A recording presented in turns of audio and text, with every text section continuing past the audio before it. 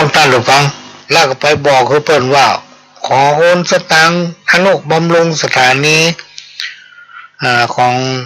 วัดฝ่ายเห็นเฮ้อน้อยเต้อไอ้น้องบัญชีเปิ้นอยู่ธนาคารกสิกรสาขาถนนสุเทพเลขบัญชีจดเนอะหน่วยทองโปรดร่วมกันมาอู้พี่น้องท่านผู้ฟังได้รับฟังกันวันนี้ก็จะนำเอาคำอู้ของคนสมัยก่อนพี่น้อง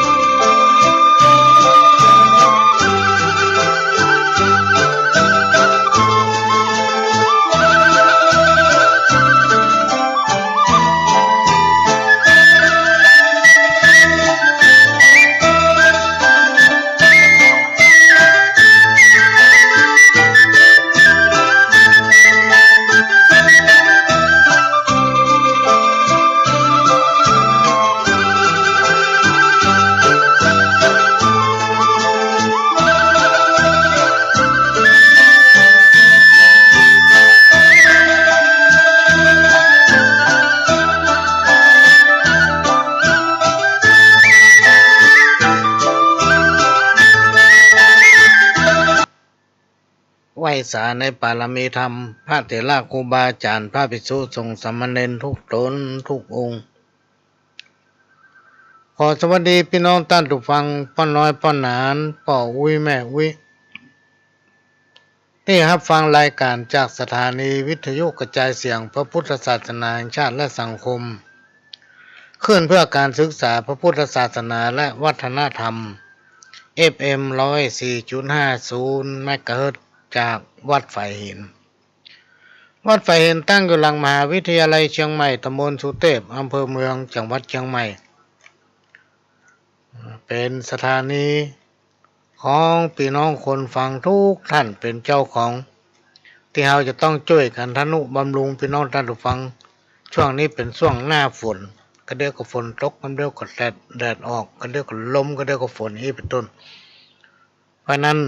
ความสึกหรอมันย่อมจะเกิดขึ้นเริ่มตั้งแต่เสาอากาศมาถึงสายไฟ มาถึงสปะในห้องส่งพี่น้องท่านฟังห้องส่งสถานีนี่เปิดแอร์วันค่ำคืนหัวแอร์3-4 ตัวก่อนถ้าเราบอกเปิดกระเดียวเครื่องมันแห้งหรือมาอ่านกระเดียวเครื่องมันเสื่อมมันลุกฟังไปดักปิ้งก็ได้ปล่อยแม่มาเดือดร้อนหรือละโอ้อันนี้มาดักปิ้ง มันเป็นสถานีสาธารณะพี่น้องท่านผู้ฟังที่นำเอาสาระสปะร้อยอันปันเรื่องที่มีประโยชน์มาออกอากาศให้พ่อแม่พี่น้องให้ครูบาอาจารย์ให้พ่อเว้ยแม่เว้ยให้ลูกหลานให้พี่ให้น้องได้รับฟังกันแล้วก็นำเอาสาระนั้นที่มันมีสาระมีประโยชน์กับท่านก็สามารถนำไปประยุกต์ใช้กับในการประกอบสัมมาอาชีพของแต่ละท่านได้เพราะนั้นมันเป็นสถานีที่สรรหาเลือกเอาสิ่งที่มีสาระประโยชน์มาออกอากาศก็เป็นสถานีของพี่น้องท่านผู้ฟังทุกท่านเป็นเจ้าของเราต้องช่วยกันทนุบำรุงเนอะพี่น้องท่านผู้ฟังถ้ามาช่วยกันคำเดียวไฟดับเนี่ย โทรศัพท์ในห้องทรงอยู่2-3 เครื่องก็ลุติ๊กเนี่ยมันเก่าอายุเต้ากับคนจัดรายการมันก็อยู่ได้เพราะนั้นก็ช่วยกันทนุบำรุงเนอะพี่น้องท่านผู้ฟังวันนี้นะครับการอนุเคราะห์เมตตาจากท่านผู้อำนวยการทำลายสถานี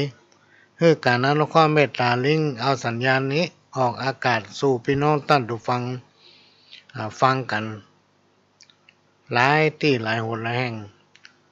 บางที่เสียงก็ไม่ค่อยชัดเจนบางที่ก็ชัดเจนดีนะและช่วงนี้ไม่ได้เปิดสายฮับโทรศัพท์ถ้าไปฟังตั้งไหนนี่ก็แจ้งมาได้ถ้าเราเปิดสายนี่เราไม่ได้เปิดท่านที่ฟังตั้งเฟซตั้งไลน์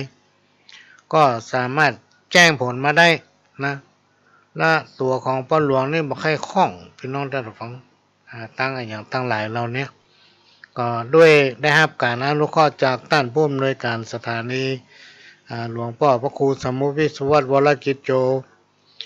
ผู้อำนวยการสถานี 104.50 เมกะเฮิรตซ์วัดไฟหินและการอนุเคราะห์เมตตาเข้ามาอยู่ในเครื่องของป้าหลวงนี่น่ะ มาคุมมือตัวเก่านี่มันพอเก่งเท่าใดถ้าเอาเหลวไปตั้งหนึ่งพลาดไปตั้งหนึ่งถ้า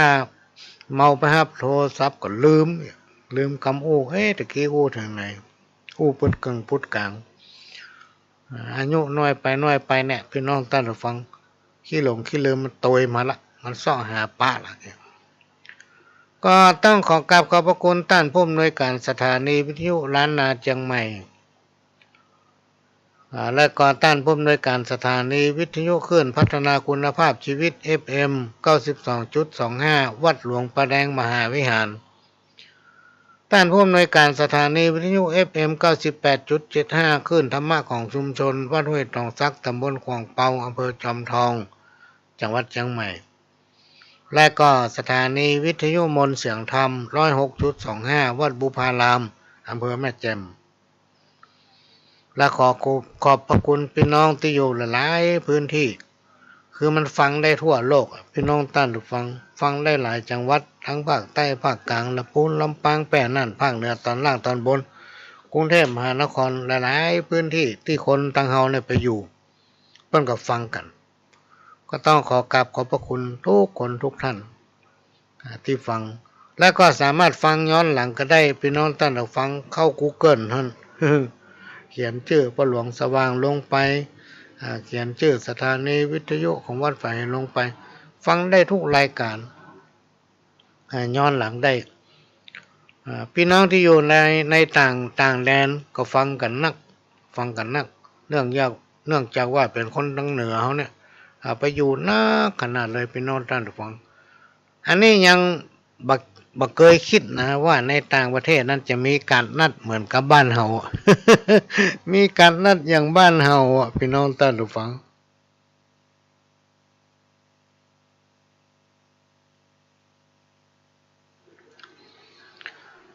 คนเฮาเนี่ยอยู่ที่ไหนก็แล้วแต่พี่น้องท่านผู้ฟังเฮาได้ทำบุญร่วมกันมาบอกว่าเขาจะอยู่ที่ไหนมันต้องมีโอกาสได้ปะได้พบกันถึงแม้จะปัดป้ากันไปเมินเปิ้นนึกว่าโลกนี่มันกลมนะโลกนี่มันกลมอันนี้ก็ต้องขอบพระคุณคุณแม่ยายแดงเนาะคุณแม่ยายแดงไผมาใส่ชื่อเพิ่นว่าแดงตันล่ำไอ้หรอก อันนี้ก็เป็นแฟนรายการพี่น้องท่านฟังเปิ้นฟังตลอดมาเคยขาดเลยน่ะว่าอยู่ที่ไหนขนาดไปทำบุญแท้ๆนะยังปิกมาอยู่ปิกมาบ้านมาเปิดฟังวิทยุก็ต้องขอบพระคุณเมื่อละมาได้ปะกันเนาะมาได้ขึ้นไปทางพุ่นมาค่อยว่างพี่น้องท่านผู้ฟังบางคนก็บอกหาเวลาย่างพ้องนี่เนาะก็มันย่างมันได้มันมีไผทำมือเฮา ออกรายการเนี่ยธรรมดาเพิ่นจะมีคน 2-3 คนก็โลกคนหนึ่งจะควบคุมอันนี้อาศัยบุญบารมีของหลวงพ่อท่านผู้อำนวยการสถานีเข้ามาคุมเครื่องบางผู้บางท่านเปิ่นดำเนินรายการวิทยุเปิ่นมีคนคุมเครื่องแล้วกันนั่งฮับเฟซฮับไลน์ฮับโทรเนาะแล้วเฮาอายุมันน้อยไปเนี่ยยังก็มีการคล่องตัวละมันบ่คล่องตัวเพราะฉะนั้นพี่น้องท่านฟังก็อดใจฟังไปละอดใจฟังไปนะอดใจฟังไปก็มาไปกันทุกวันเสาร์พี่น้องท่านผู้ฟังตั้งแต่เวลาวันเสาร์นี่4 โมงถึง6 โมงแมลงแล้วก็วันอาทิตย์นี่บ่ายโมงถึงบ่าย3แล้วก็เข้า2 รอบนะปะกัน2 รอบรอบเย็นก็5 โมงถึง6 โมงฟังฟรีมาเสี่ยงตังสักบาท ฟังฟรีมาเสี่ยงตังสักบาทน่าช่วงนี้ก็เลยบัดได้จ้อยให้ฟังพ่อมีไผเอาสตางค์ให้กูเตือนเขาจ้อยเตือนนั้นของให้มา20 บาท10 บาท20 บาทถึงแคว้นน้อยละกุ้มกะปิน้ำป่าไปให้อะไรเมื่อเดียวนี้มีไผฮื้อมาจ้อยอย่างนั้นฟังก็พอละเนาะก็เป็นรายการที่เป็นจิตอาสาพี่น้องท่านผู้ฟังแล้วก็ได้รับการอนุเคราะห์เมตตาจากท่านผู้อำนวยการท่านได้ให้การอนุเคราะห์เมตตาให้เวลาภาคกลางคืนพี่น้องท่านผู้ฟังภาคกลางคืนนะทุกวันพัดตั้งแต่เวลา3 ทุ่มถึง4 ทุ่มก็กำลังปรับตัวเก่าอยู่ว่าจะสรรหาเอาอย่างดีๆมาฟังเพราะเวลามัน1 ชั่วโมงเนาะก็มาปะต้านเริ่มรายการไปได้2 เตื้อ3 เตื้อแล้วก็ ปะต้านในภาคกลางคืนคนดำรอบบ้านคนที่มันเคยฟังแล้วมันเงียบไปเมื่อมันได้ฟัง ตอนนี้เปิ้นเริ่มเอิ้นหากันแล้วมาแล้วเนอะมาแล้วเนอะเอาหลวงสว่างออกรายการแล้วเนอะเออเออเอารายการละให้ลงฟังกันก็เป็นรายการที่ชาวบ้านพี่น้องท่านผู้ฟังมาอู้สาระสะปะจากประสบการณ์พ่องจากการที่ได้ยินได้ฟังครูบาอาจารย์เพิ่นอู้เนาะก็มาเล่ามาอู้สู่กันฟังผิดพ้องถูกพ้องก็ฟังเอาไปเถอะแต่เป็นรายการที่เปิ้นมาตามระเบียบข้อห้ามเหมือนกับเฟซไลน์อย่างเดียวกันพี่น้องท่านผู้ฟังประเดียวเนี่ยเขาจะเรื่องคนอื่นไปลงเฟซลงไลน์แล้วไปเผยแพร่นี่มันได้นะผิดกฎหมายนะผิดกฎหมายขนาดเปิ้นยับคนให้ได้ถ่ายรูปเอามาลงข่าวยังปิดหน้ามันเห็นดูขนาดเป็นคนให้นะแล้วจู่ๆเขาจะรูปคนนั้นคนนี้ไปเผยแพร่ในผิดกฎหมายยังก็เผยแพร่ไม่ได้และกรรมโอ้ในรายการของแต่ละสถานีเหมือนกันพี่น้องท่านผู้ฟังถ้าเอาไปโอ้เรื่องคนอื่นก็ไม่ได้นะเกิดเปิดมาได้ยินได้ฟังสายเปิ้นพอใจนะครับอนุญาตจากไผนะเอาเรื่องเฮาไปโอ้การประชาสัมพันธ์หรือโฆษณาอย่างกันแล้วแต่พี่น้องท่านฟังแล้วเปิ้นมาขอเฮาก็สามารถที่จะนำอู้ได้นะสามารถที่นำอู้ได้นี่ก็ยายแดงเนาะฟังอยู่เนอะฟังอยู่ฮู้ละหันไลน์ของแม่แดงละส่งมาเฮ้ยนะสาธุคือแม่อายุมั่นขวัญยืนสุขกายสุขใจกินข้าวลำนอนรับนะแม่เนอะเจ็บเป็นยังก็หายพยายามจะไปมาใกล้คนเฮาถ้าส่งไวไปนะพี่น้องท่านผู้ฟังมันถึงบึดอันหนึ่งถ้าเตียวนักก็เจ็บหัวเข่าอ่อนแข้งอ่อนขานั่งเมินกับสมาแต่เจ็บก้นมีหลายคนนะแม่นั้นมาแนะนำอันพ่อสว่างต้องไปวิ่งนี่หรอกยังบ่วิ่งก็เจ้าละ2 รอบ 3 รอบ 5 รอบแล้วแต่อย่างน้อยก็มันได้10 รอบเอาจนเหือเขาออกแล้วหลายคนก็มาบอกว่าห้ามวิ่งเนอะอายุเขาน้อยละนี่ล่ะอายุเขาน้อยไปน่ะเตียวเวเอาอีหลกโอ้ลำเป็นช่วงโควิด19เนี่ยมันมาก็เริ่มได้ไปวิ่งสรุปแล้วพี่น้องท่านผู้ฟังบอกว่าจะเป็นความดันบอกว่าจะเป็นเบาหวานมันก้านเขาบกเนอะไปหาหมอไปแต่เนอะไปมาได้หมอก็ยาให้มาละไปมาได้หมอก็ยาให้มาละอดมาได้เปียเขาบกไปบกดินถางหญ้าเอากันไกลเนาะไปขอเพิ่นซื้อกันไกลนะเพิ่นก็ใจดีเหรอวะเจ้าของสวนหน้าบ้านเนี่ยซื้อกันไกลมาฮื้ออันตัดหญ้ากันดีตัดหัวตัดอันน่ะใบควายใบทรายเนี่ยโอ้ยมันดีแต่ดีว่ะพี่น้องท่านผู้ฟังเหือออกเต็มเนื้อเต็มตัวความดันก็หายน้ำตาลก็ลดเกือบจะมีเลยพี่น้องท่านผู้ฟังจนหมอเพิ่นเดือดนะแอบไปรักษาที่ไหนวะ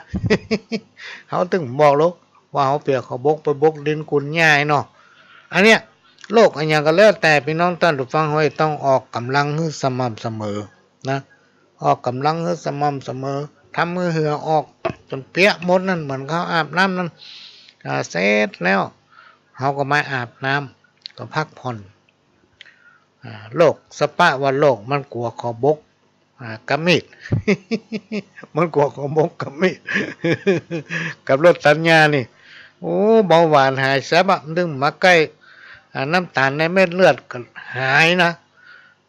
สมมติว่ามีสัก400มันก็จะเหลือสัก170-80อันละนะมันหายเวยตันใจที่แต่ทุกอย่างมันจะสู้ขบกกำมิดมาได้กับรถสัญญานี่เก่งแต่ วันนี้จะนำเอานิทานธรรมะมาเล่าให้ฟังให้ฟังหลายเตื้อละวันนี้ก็จะมาฟังเตื้อหนึ่งนะก่อนที่เอามาให้ฟังนั้นก็จะแจ้งพี่น้องท่านผู้ฟังว่าทำเมื่อกี้วันนั้นจะเข้าพรรษานะทำเมื่อกี้วันละจะเข้าพรรษาก็วันที่13เนี่ยเป็นวันเข้าพรรษาวันอาสาฬหะจะไปเริ่มนะพี่น้องท่านฟังจักจวนลูกเต้าเหล่าหลานไปวัด ถ้าเฮาประจุงแขนเขาไปเขาตึงบับไปละอ่อนบัดเดียวนะมันตึงมาเข้าวัด แปลกแต่มันเป็นนั่งฟังเทศน์ฟังธรรมตึงมีถ้าคนใดเข้าวัดปฏิบัติศีลภาวนาคือฟังธรรมะพี่น้องท่านฟังธรรมพวกเว้ยปะปอน้อยปอนานเพิ่นก็จะเล่าเรื่องความเป็นไปเป็นมาของแตะก่อนกับบัดเดียวฮือฟังเนี่ยฟังไปมันทำให้จิตใจของละอ่อนหรือว่าคนที่เขาวัดเขาวานั้นเปลี่ยนนะถ้าธรรมะบักกำมาโลกาจะวินาศมันมีแต่เลยพี่น้องท่านผู้ฟังครูบาอาจารย์เพิ่นกล่าวไว้เพิ่นว่าไว้ว่าถ้าธรรมะบักกำมาเนี่ย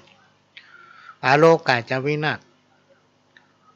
ถ้าจิตใจคนมันมีศีลมันมีธรรมมันมีธรรมะไว้ในจิตในใจพี่น้องท่านผู้ฟังความกระด้างกระเดื่องมันนักคนเฮานี่นะมันมีเหมือนกันทุกคนทิฏฐิของคนเฮาเนี่ยมันนักขนาดเลยเมื่อมันมีนักมันสะสมเข้าสั่งสมเข้ามันระเบิดได้หรอกพี่น้องท่านผู้ฟังระเบิดอย่างใดก็ลองพอก็เพิ่นมีงานซ้ำเตื้องานบวชแต่เอาอย่าเฮาติดตามข่าวในพระหลวงติดตามข่าวมีจังหวัดหนึ่งจัดงานบวชหมู่ด้วยซ้ำนะบวชหมู่บวชหลายก็มีการแห่นาคกันโอ้วัยรุ่นอยู่2เพิกเนาะเพิกทั้งใต้กับเพิกทั้งเหนือก็กลุ่มกันพ่อกันไปพ่อกันมากำเดียวไปมี ขบวนแห่นาควุ่นวายหมดพ่อเขาตีกันหลายๆที่หลายๆทางพี่น้องท่านผู้ฟังยกพวกตีกัน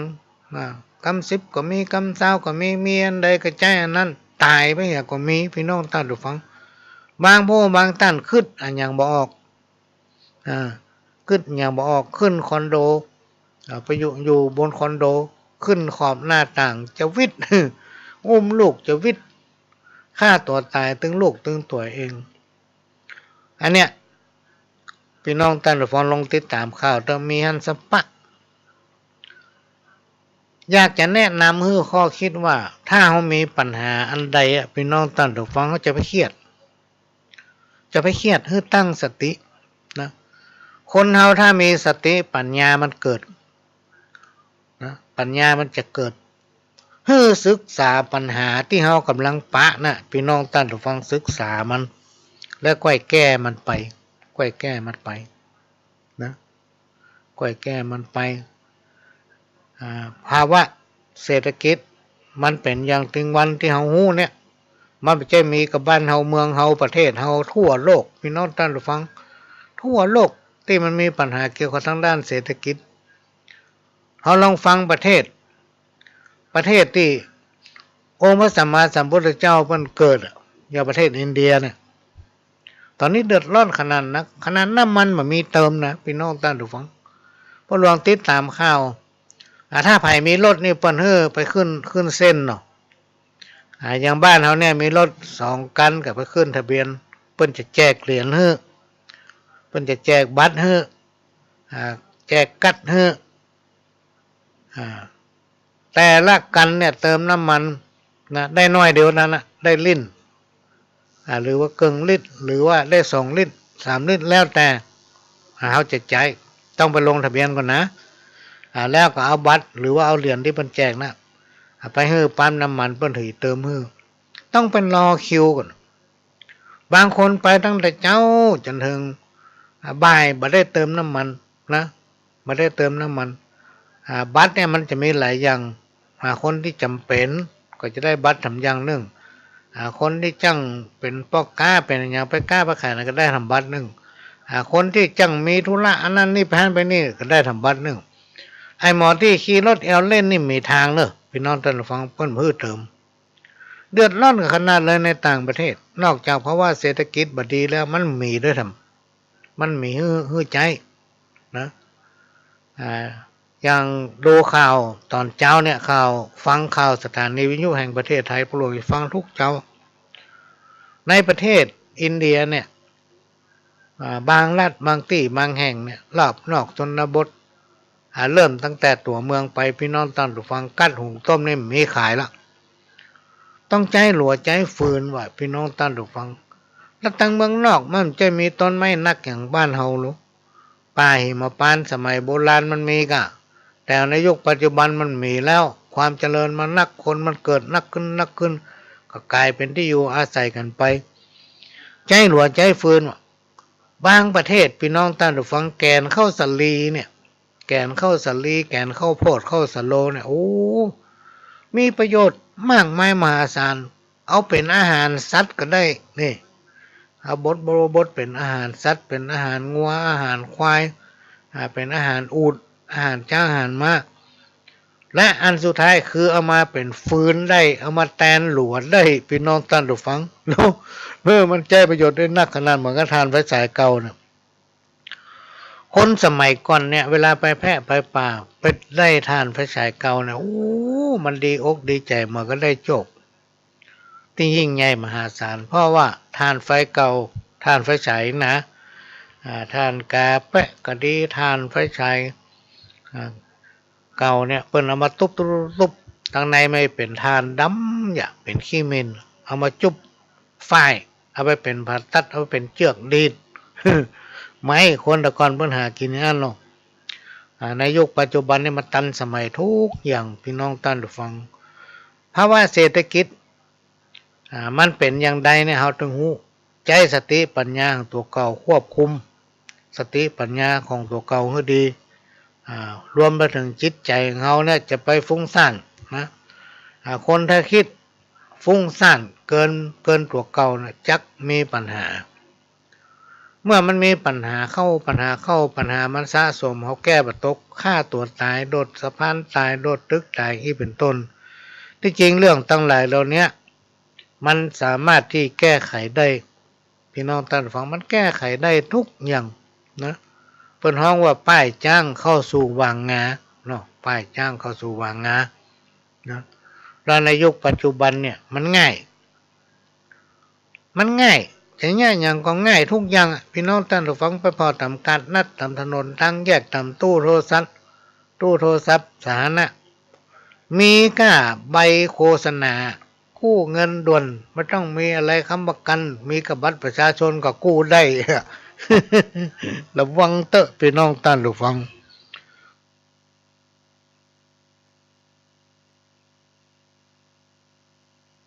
เปิ้นว่ามันบ่ดีตอนจะเอาเนี่ยง่ายคนเอามาเฮ้อก็อู้ดีกำเฮาแล้วมันคิดดอกเบี้ยโหดยังยืมสตางค์ปันเนี่ยพี่น้องท่านผู้ฟังมันคิดวันละ200ต้องใช้คืนใช้คิดดอกนะวันละ200แล้วพอถึงเวลาครบกี่เดือนจะใช้ต้นมันเนี่ยพอครบเดือน2 เดือนก็ต้องใช้ต้นเก่าเนี่ยมันเราเปรียบเฮาเนี่ยผมว่าบดีเนี่ย100 ละ 20เนี่ยมีปัญหานักขนาดเลยนี่ระวังฟังบ่ได้ว่าถึงไผนะมันมีปัญหาไปทั่วละลองติดตามข่าวเด้ออันนี้เอามาฟังพี่น้องท่านฟังก็ฝากไว้ว่าเศรษฐกิจมันอย่างนี้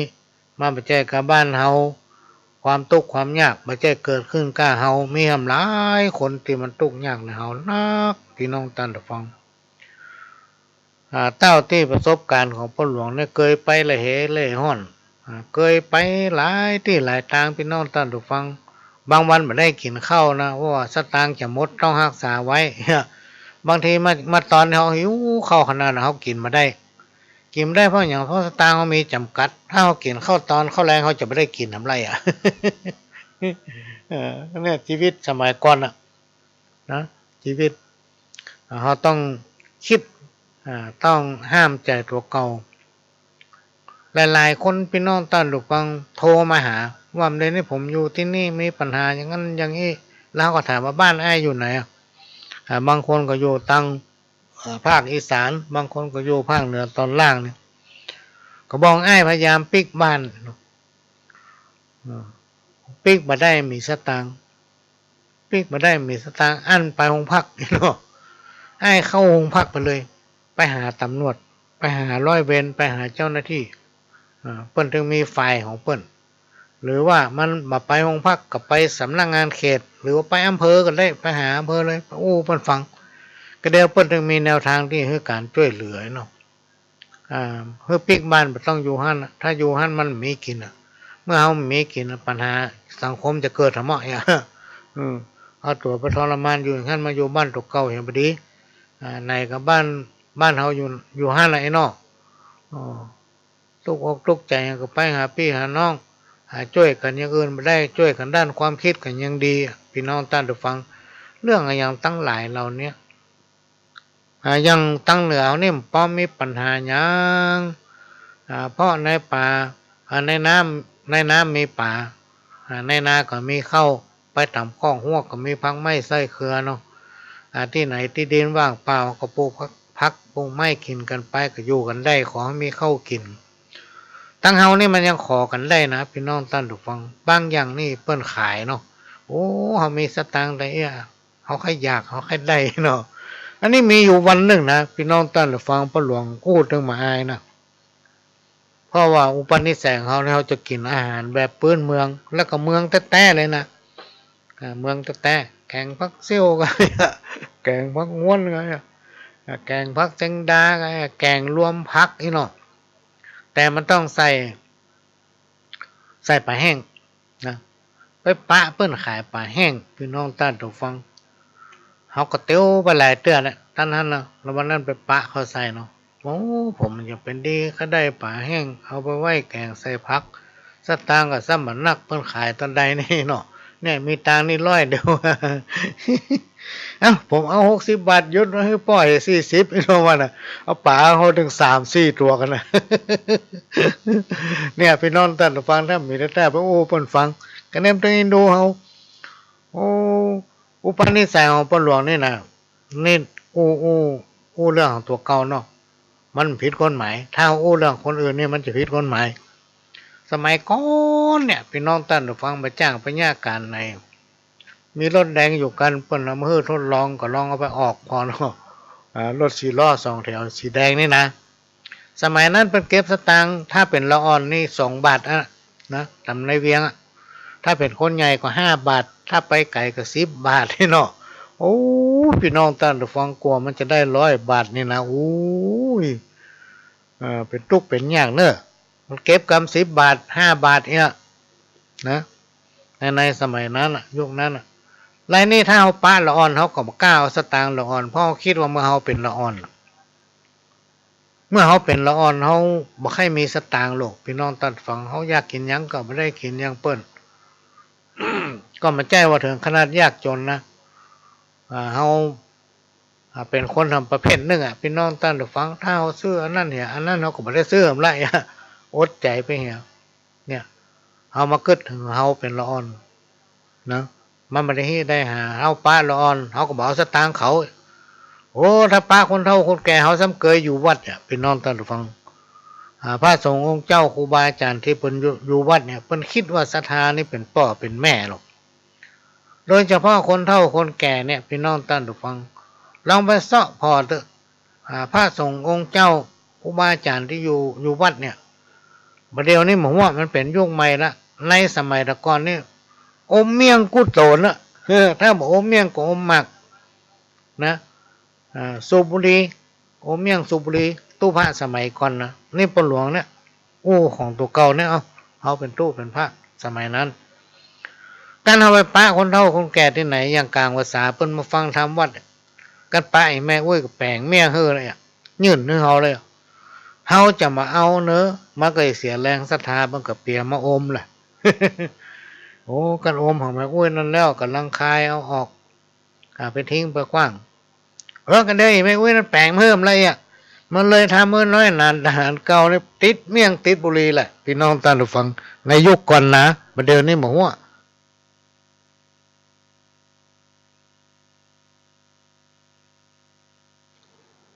เนี่ยเรื่องมันเป็นนี้เพราะฉะนั้นคนเหนือเนี่ยเป็นคนที่มีถ้อยทีถ้อยอาศัยจิตใจงามพี่น้องท่านผู้ฟังมีอย่างต้องกลัวอดเพิ่นซื่อๆนะ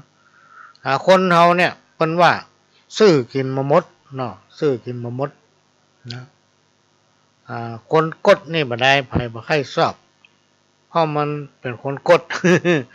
ในมีหั่น โอ้ถ้าเขาได้บุหรี่สัก2 เบ้าเขาจะโบะหลวนให้หมดเว้ยเพิ่นก็ปั้นบุหรี่ให้มัน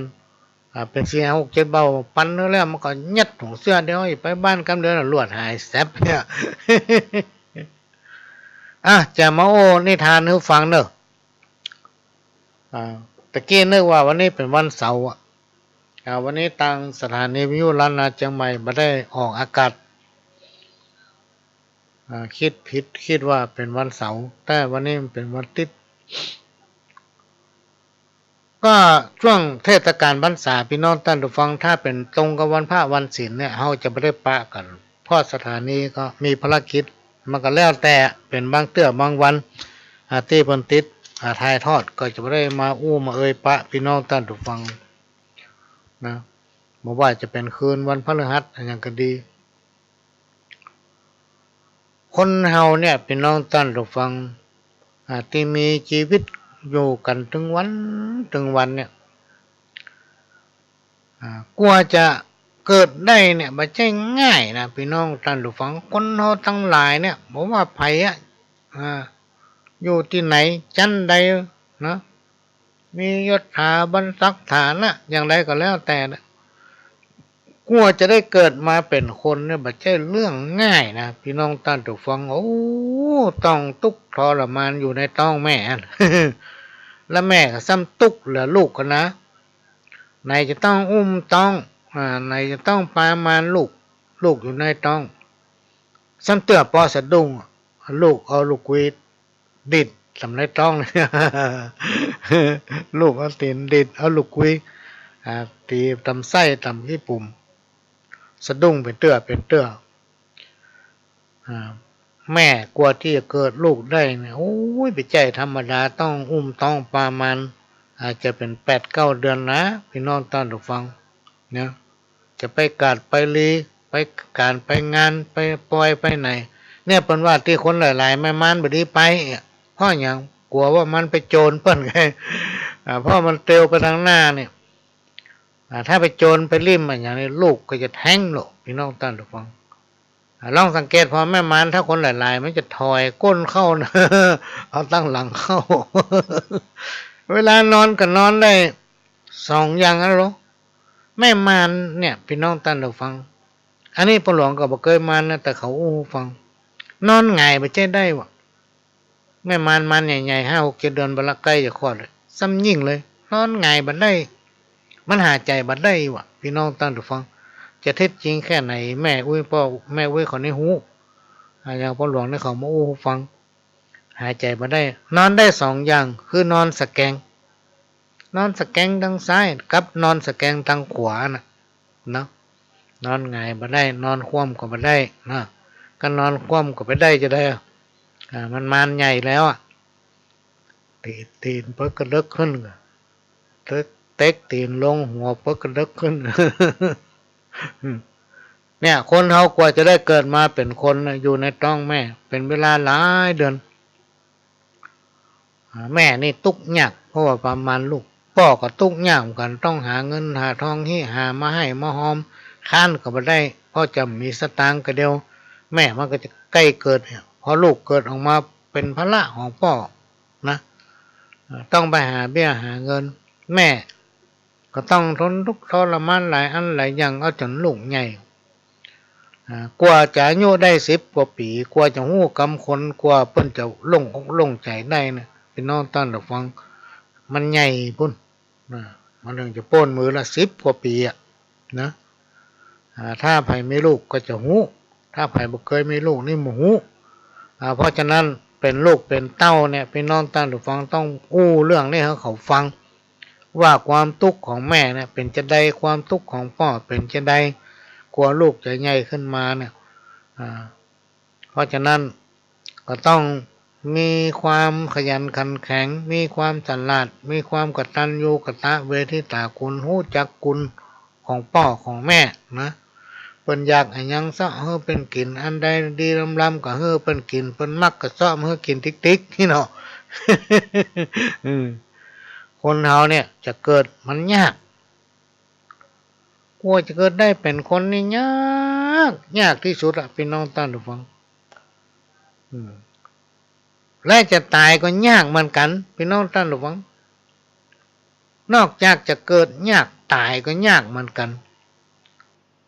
ถ้ามันมาถึงเวลาตายอย่างใดมันก็บ่ตายพี่น้องท่านผู้ฟัง เออถ้ามันถึงเวลาตายเนี่ยจะได้กระจ่างมันถึงมาตายมากันนิทานเรื่องนี้คนเฮานี่ถ้ายังบ่ถึงกำหนดหรือว่าหมดอายุหรือว่ายังบ่ถึงเวลาตายเนี่ยอย่างใดมันถึงบ่ตายครูบาอาจารย์ท่านได้ต่อไปถามว่าคนจะตายหรือบ่ตายมีหลายสาเหตุประการที่หนึ่งถ้ายังบ่หมดอายุไขอย่างใดมันก็บ่ตายนะถ้ามันหมดอายุไขอย่างใดมันถึงบ่ตายค้อนจดหัวมันก็ยังบ่ตายแต่นะ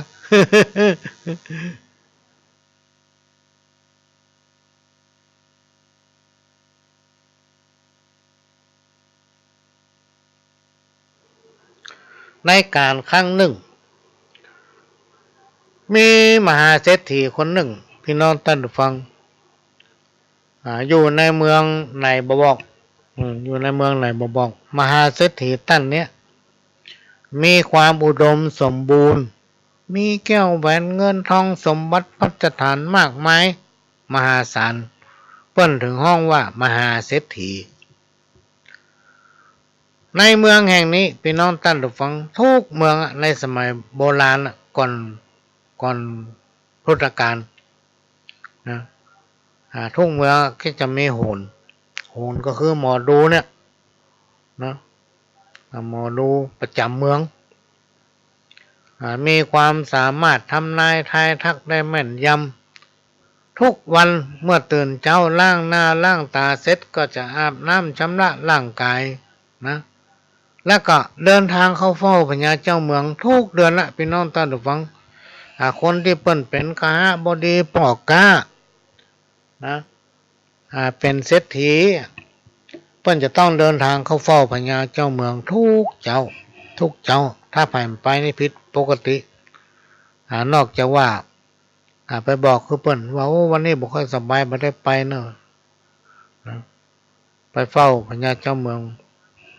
นอกจากจะมีเจ้าบ้านขหบดีปอกกาหมู่เศรษฐีทั้งหลายแล้วมีโหรโหรนี่ก็ต้องไปถึงวันละเป็นหมอดูประจำเมืองเนาะนะตื่นเจ้ามาแล้วก็จะมีการทำนายตายทักมีการทำนายโดยการทูลพญาเจ้าเมืองว่าวันเนี้ยบ้านเฮาเมืองเฮาจะมีเหตุการณ์อย่างเกิดขึ้นเนี่ยพี่น้องท่านผู้ฟังในสมัยก่อนนะมีอยู่ครั้งหนึ่งมหาเศรษฐีหรือข้าบดีทั้งหลายหรือว่าคนที่กล่าวมาเนี้ยนอนตื่นขวายมหาเศรษฐีท่านนี้นอนตื่นขวายเตรียมเนื้อเตรียมตัวเสร็จเรียบร้อยก็ฟังจะเดินทางไปเข้าเฝ้าพญาเจ้าเมืองพอไปถึงประตูเมืองพี่น้องท่านผู้ฟังกับป้ากับโหรประจำเมืองแล้วก็เจ้าบ้านคณะบดีปอกกาผู้รักผู้ใหญ่ในบ้านในเมืองป้ากันเดินทางกลับบ้านต้านมหาเศรษฐีก็หัวมันสายไปละขวายล่ำไปละเอาไปเฝ้าบัดตันแล้วเปิ้นปิดกันหมดแล้วคณะเดียวกันนั้นก็ป้าโหรหรือหมอดูประจำเมืองโหรประจำเมืองนะที่ได้ไปกราบทูลว่าวันนี้เหตุการณ์บ้านเมืองจะดีจะให้อย่างใดก็ได้ป้าโหรที่ประตูเมืองนะก็เลยถามโหรไปว่าวันเนี้ยจะมีเหตุการณ์ดีหรือว่าให้อย่างใดเกิดขึ้นในบ้านในเมืองของเฮาก็ตั้นโหรเนาะโหรก็ตอบและบอกต้านมหาเศรษฐีว่าวันเนี้ยจะมีแม่หญิงตั้งครรภ์คนหนึ่งจะเกิดลูกเนาะ เมื่อหมอเนี่ยสมัยก่อนมันแม่นนะพี่น้องท่านผู้ฟังแม่นขนาดประเดี๋ยวนี้มันอุปโลกว่าไปเลยเนาะต้านโหรก็ได้บอกว่าวันนี้จะมีแม่หญิงคนหนึ่งเกิดลูกและจะเกิดลูกออกมาเป็นพ่อใจนะลูกของนางคนนี้จะเป็นพ่อใจในอนาคต ลูกของนางผู้เนี้ยจะมียศถาบรรดาศักดิ์จะได้เป็นใหญ่เป็นโตในบ้านในเมืองจะได้เป็นมหาเศรษฐีในบ้านเฮาเมืองเฮาอีเนาะ เมื่อได้ฟังดังนั้นท่านมหาเศรษฐีก็นึกในใจว่าโอ้ภรรยาเฮาก็มีครรภ์เหมือนกันใกล้จะคลอดแล้วถ้าคลอดบุตรออกมาเป็นพ่อใจในวันนี้คงจะได้สืบทอดสมบัติแก้วแหวนเงินทองของเฮาและก็จะได้รับบำเหน็จรางวัลจากพญาเจ้าเมืองจะมียศถาบรรดาศักดิ์เป็นใหญ่เป็นโตในวันข้างหน้าเมื่อคิดได้ก็ฟังปิกบ้านแหละพี่น้องท่านผู้ฟังไปหาภรรยาสอบถามว่าโอ้ต้องได้กี่เดือนละกำหนดจะคลอดเมื่อใดนี่เนาะวันนี้จะคลอดก็ เฝ้าพอว่าภรรยาจะเจ็บต้องกับเมียจะเจ็บต้องเกิดลูกในวันนี้ก็เห็นนะโอ้เฝ้าอยู่5 วันค่ำมันไม่มีแววว่าภรรยาของตนจะเจ็บต้องเกิดลูก รออยู่จนพอค่ำท่านมหาเศรษฐีก็คิดหาวิธีก็จ้างคนใจคนหนึ่งพี่น้องท่านผู้ฟังเมื่อหัวค่ำนะจ้างปันกหาปันหน้ากันนะเพื่อไปสืบสอบหาว่าตั้งแต่เมื่อเจ้ามาจนถึงว่าแรงค่ำวันนี้มีลูกไผ่เกิดห้องในบ้านในเมืองมีแม่มารคนใดคลอดลูกบ้านไหนพ่องนี่นะแล้วเป็นแม่ยิงการประจายเนี่ยจ้างคนไปซ่อโลกพี่น้องท่านฟังไปซ่อถามคนรับจ้างก็ไปซ่อจนรอบบ้านผ่านเมืองรอบนอกชนบทนอกคนตะกอนเป็นอยู่เปาะพร้อมกันบ้านเมืองมันจะกว้างขวางอย่างในยุคปัจจุบันหรอก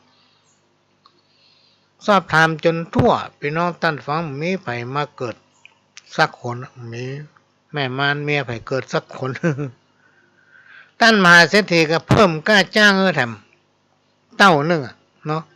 เพื่อสืบหาแม่ยิงภรรยาไผ่ที่เกิดบุตรเป็นพระใจในวันนี้พ่องสอบถามสืบหาไปจนถึงใต้เมืองพี่น้องท่านผู้ฟังได้พบปะบ้านหลังหนึ่งอยู่ใต้เมืองปุ่นกำลังคลอดบุตรออกมาเป็นพระใจหัวค่ำของวันนั้นพอดีเมื่อหู้ความแล้วก็ฟังปิกไปรายงานท่านมหาเศรษฐีรับทราบเมื่อท่านมหาเศรษฐีหู้เรื่องแล้วก็นำเอาเงินปันตำลึงนะเป็น3 ปันตำลึงละ มอบให้แม่หญิงคนนั้นไปขอซื้อละอ่อนคนที่เกิดใหม่นั้นแล้วก็สั่งนักสั่งหนาละซื้อเด็กทารกคนนั้นมาได้เมื่อไปซื้อมาได้แล้วก็คิดว่าจะรอภรรยาของตนเองนะคลอดก่อนถ้าภรรยาของตนเองคลอดบุตรออกมาเป็นแม่หญิงก็จะเลี้ยงดูทารกพ่อใจคนนี้ไว้อย่างดีเพื่อในอนาคตเขาทั้งสองจะได้สมรสเป็นคู่ผัวตัวเมียกันแต่ถ้าหากภรรยาของตนเองคลอดลูกออกมาเป็นพ่อใจก็มีความจำเป็นที่เราจะต้องเอาเด็กทารกคนที่ไปซื้อมาเนี่ยฆ่าคืนให้มันมีชีวิตอยู่ต่อไปก็จะมาคัดโจกคัดลาบลูกของเราเป็นแน่นี่เนาะต่อมาภรรยาของท่านมหาเศรษฐีก็คลอดลูกออกมาเป็นลูกคลอดลูกออกมาเป็นพ่อใจนะท่านมหาเศรษฐีก็วางแผนที่จะฆ่าหลอนทารกที่ซื้อมานั้นให้ตายถ้าบักฆ่ามันตายมันจะมาแย่งสมบัติของลูกเขาในอนาคตวันดังหน้าเมื่อคิดได้ดังนั้นพี่น้องท่านผู้ฟังกันนำเอาเงิน1 ปันตำลึงจ้างให้หญิงแม่นมคนใจนำเอาทารกคนนั้นไปทิ้งเสียยังปัจจาผีดิบ เอาละอ่อนคนที่ตัวเองไปซื้อมานะเอาไปไว้ในปัจจ้าผีดิบในวันเวลาเดียวกันนั้นเจ้าของแปะได้นำฝูงแปะไปเลี้ยงที่ปัจจ้าผีดิบแปะตัวหนึ่งพี่น้องท่านผู้ฟังมายืนค่อมเล็กทารกคนนั้นไว้และการนมให้กินเจ้าของแปะมาหันเป็นตีน่าอัศจรรย์ประกอบกับสงสารจึงนำเอาทารกคนนั้นไปเลี้ยงไว้ท่านมหาเศรษฐีหู้ความว่าเอาละอ่อนไปกว้างถึงปัจจ้าผีดิบนะจ้างถึงปันตำลึงเนื่องมันจะต้องตายในปัจจ้าผีดิบนะเจ้าของแปะก็ซ้ำเอาแปะมาเลี้ยงมันได้กินนมแปะมันเลยบาดสาย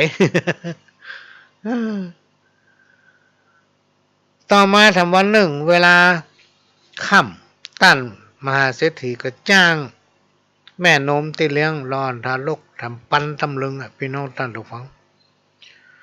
นำมาละอ่อนคนนั้นไปทิ้งเอาวางไว้ที่ปากประตูข้องงัวเจ้ามืดเพื่อ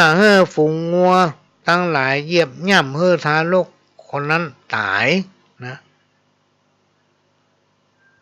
พอลุ่งเจ้าฟ้าสางแจ้งดีละบอกนายโคบาลซึ่งเป็นคนเลี้ยงงัวเลี้ยงสัตว์หมู่เนี้ย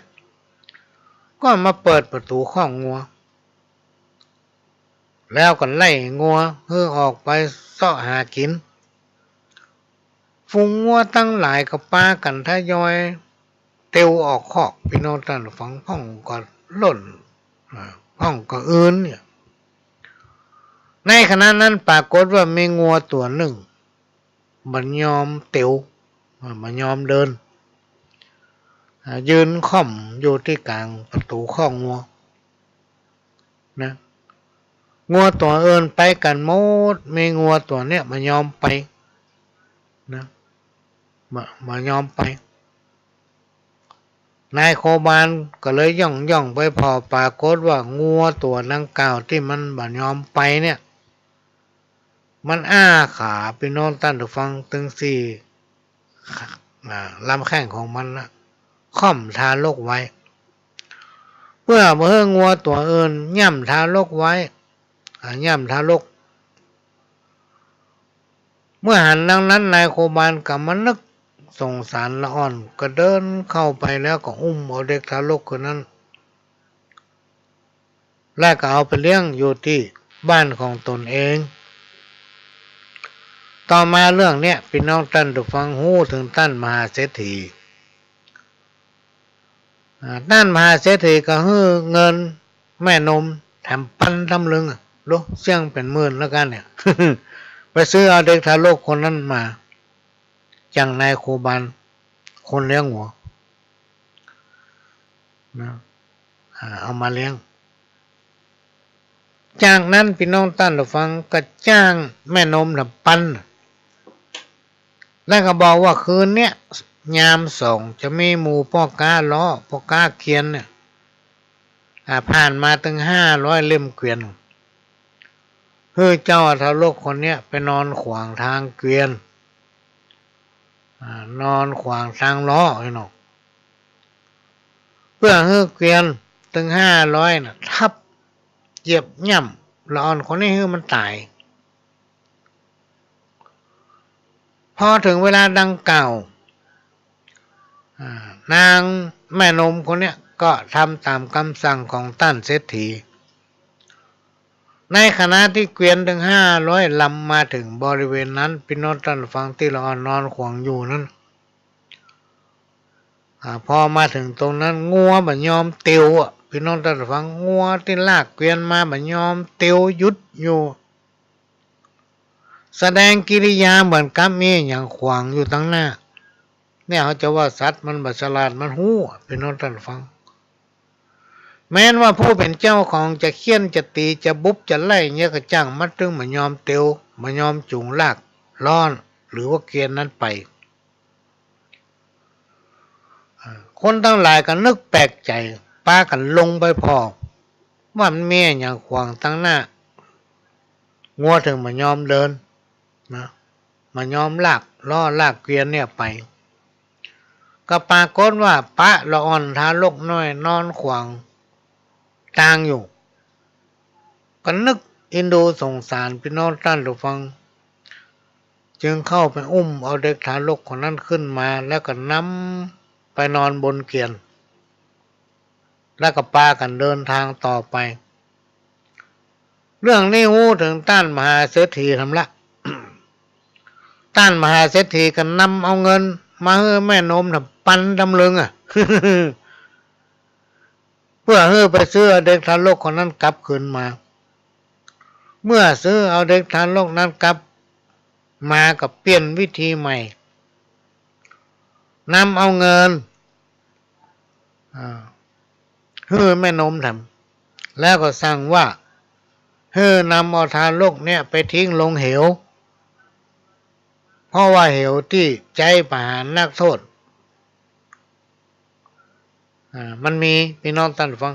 ในสมัยก่อนพุทธกาลนั้นเวลาเปิ้นจะประหารจะฆ่าไผเนี่ยเปิ้นจะมีที่ของเปิ้นก็คือบนดอยบนหน้าผาสูงเปิ้นห้องว่าเหว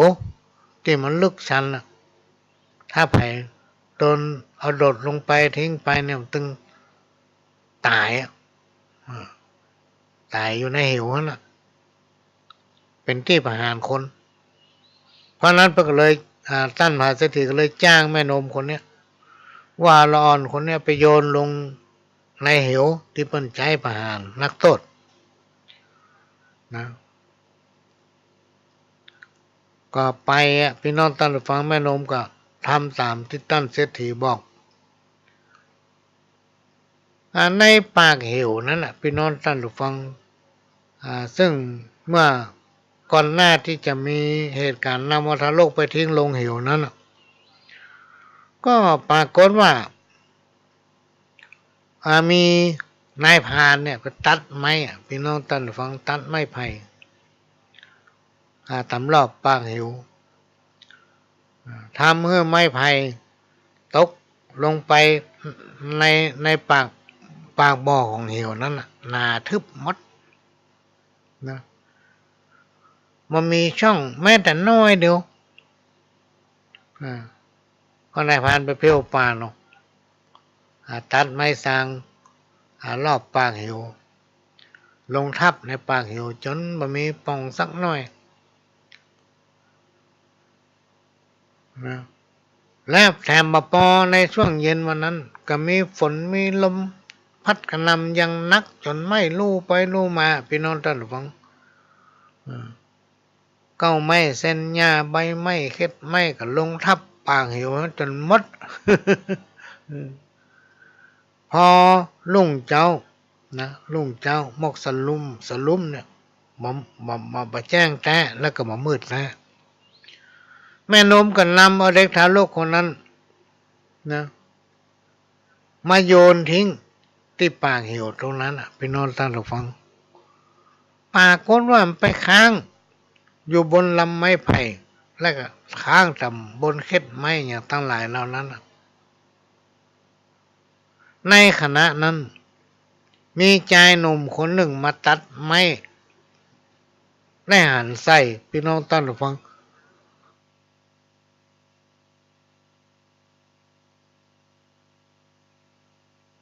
มาซ่อไม้ซ่อหลวดซ่อเฟืนมาหันใส่ละอ่อน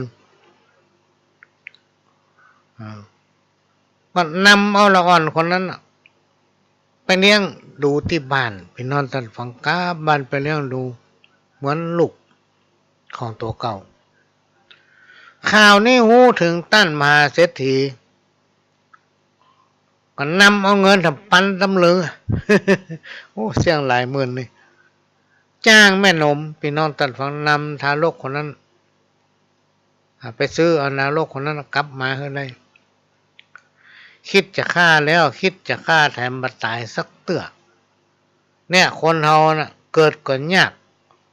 และถ้ามันมาถึงเวลาตายมันก็ไม่ใช่ตายนะพี่น้องท่านผู้ฟังตายก็ยากเหมือนกัน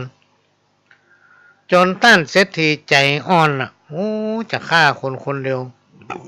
ตัวน้อยเดียวเสี่ยงเงินเสี่ยงทองนักหนาปาป้านจนใจอ่อนเปลี่ยนใจพี่น้องท่านผู้ฟังบ่ฆ่าเตือไว้กึดไปกับเสี่ยงตังไปติ๊กๆมันก็บ่ตาย เอาเลี้ยงไว้ก่อนเตอะเพื่อห้ามไปกู้เล่นกับลูกของตัวเก่าจากนั้นก็เลี้ยงดูกันมาละอ่อนถึง2 คนพี่น้องท่านผู้ฟังถึงเริ่มใหญ่ขึ้นมาก็จ้างอาจารย์ที่สาปาโมกมาสอนหนังสือสอนเฉพาะลูกของตัวเองส่วนทารกที่ตนเองซื้อมาเลี้ยงนั้นบ่ฮื้อห้ามฮื้อเฮียนอย่างกลัวมันลวกกลัวมันหู้กลัวมันฉลาดนะแต่ว่าด้วยบุญสมปานนะพี่น้องท่านผู้ฟังด้วยบุญสมปานที่เด็กคนนั้นสั่งสมไว้ในอดีตชาติทำให้เด็กคนนั้นมีรูปร่างหน้าตางดงาม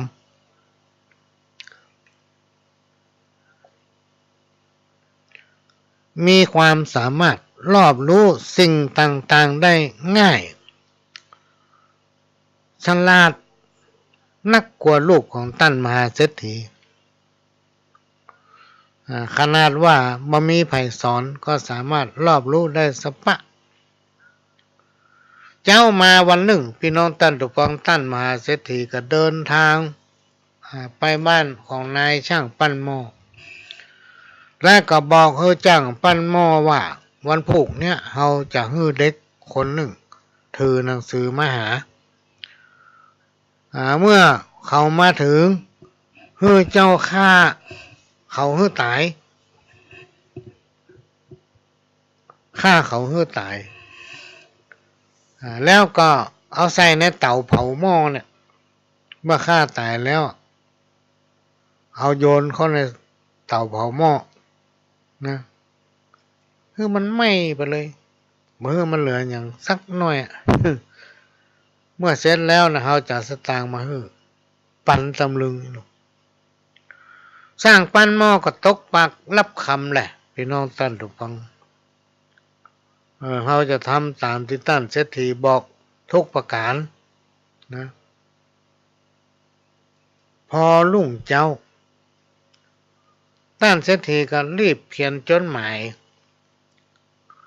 และก็ห้องเด็กทารกคนที่ซื้อมาเลี้ยงนั่นน่ะมาปะยื่นจดหมายให้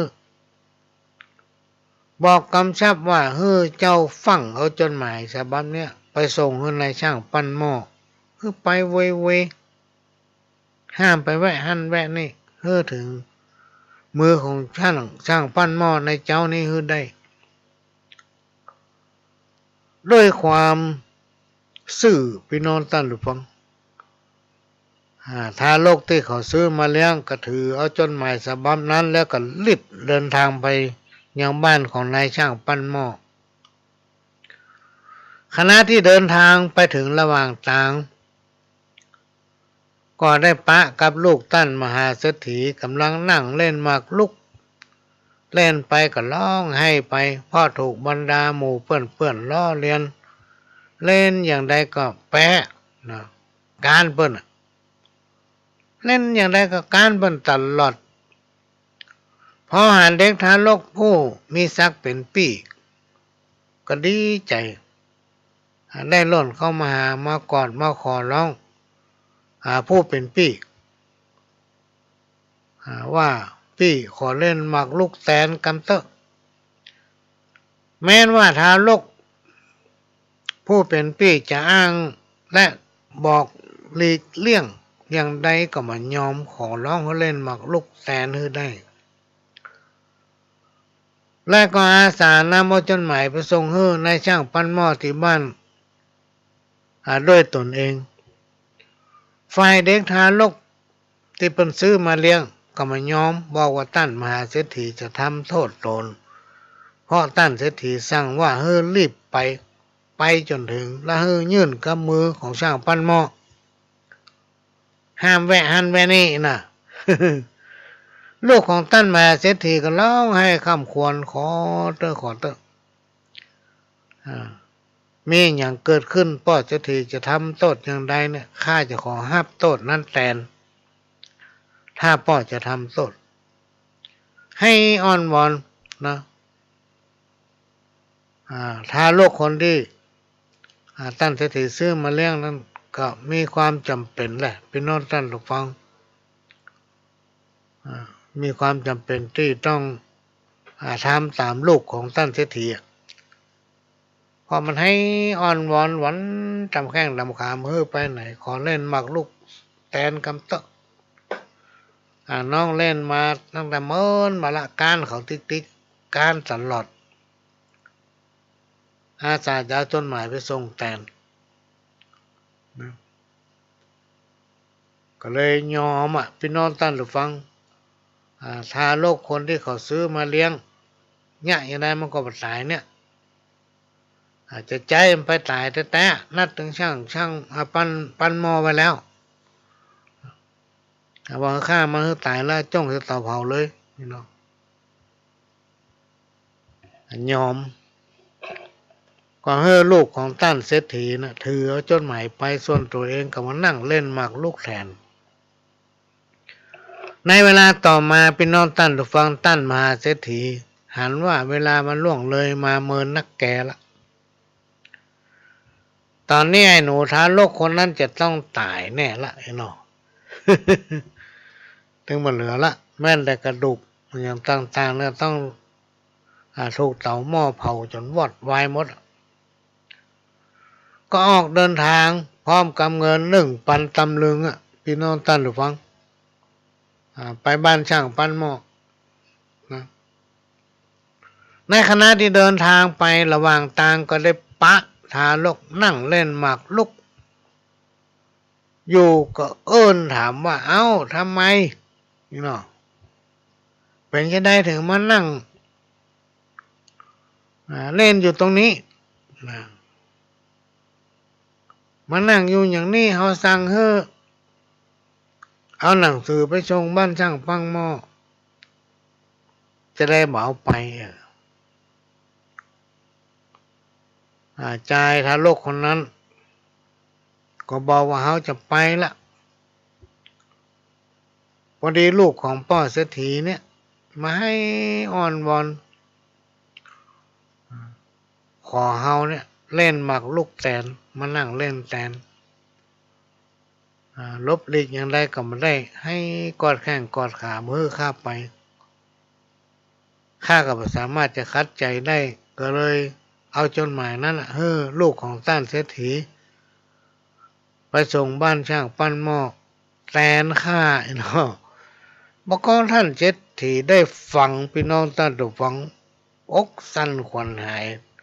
แน่นหน้าอกไปหมด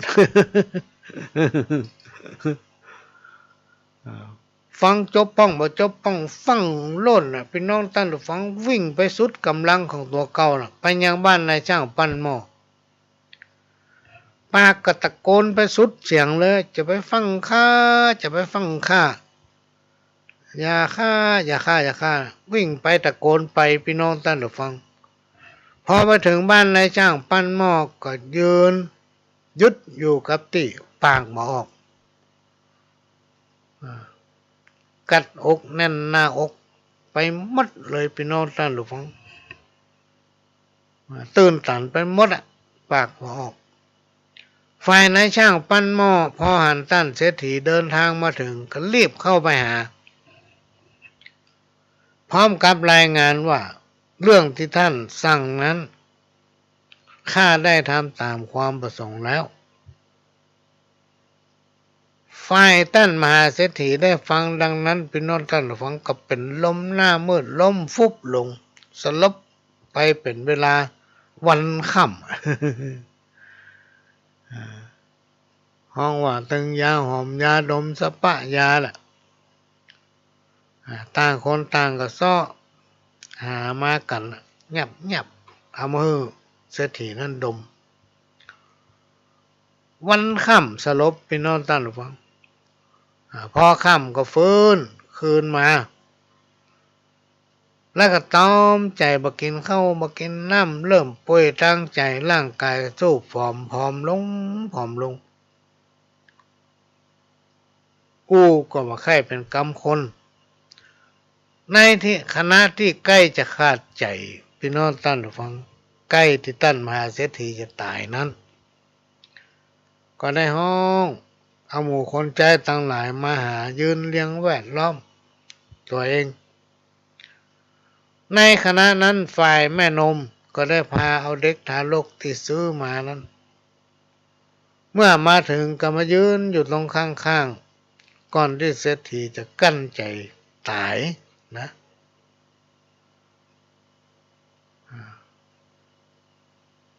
ก่อนที่จะตายจะยุดลมหายใจก็กั้นใจบอกคนทั้งหลายในที่นั้นว่าทรัพย์สมบัติแก้วแหวนเงินคำค่าทั้งหมดยกให้มันที่จริงแกจะบอกว่ามันต้องยกให้มันเนี่ยนะคนใกล้จะตายพี่น้องท่านฟังคนใกล้จะตายเนี่ยมันมัก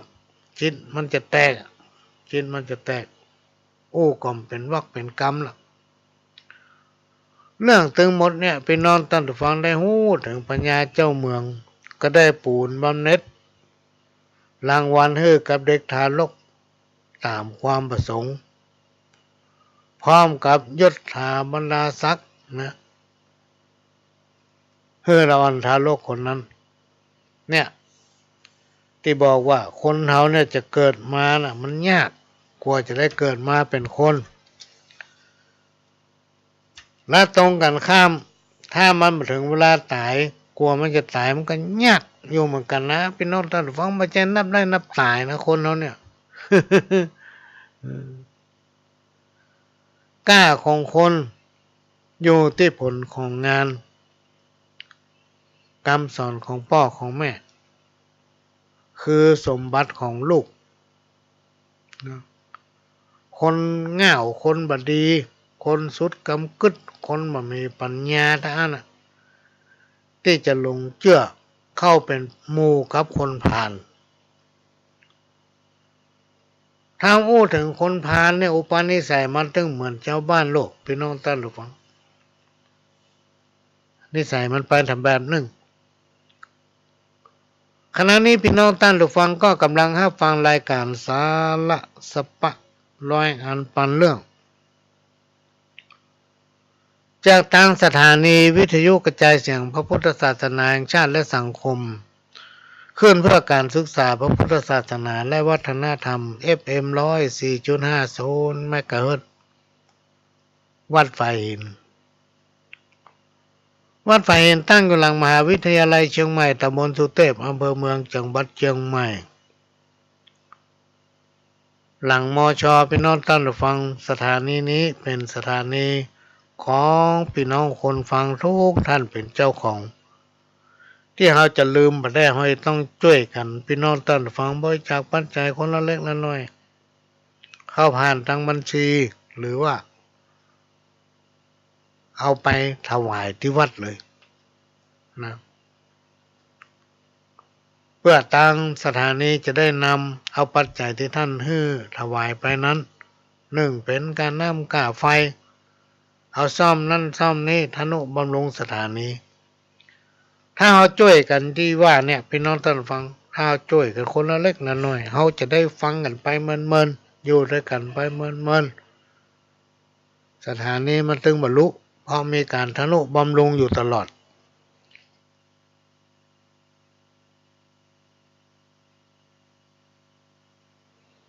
อันนี้ก็ขอฝากไว้เนอะพี่น้องท่านผู้ฟัง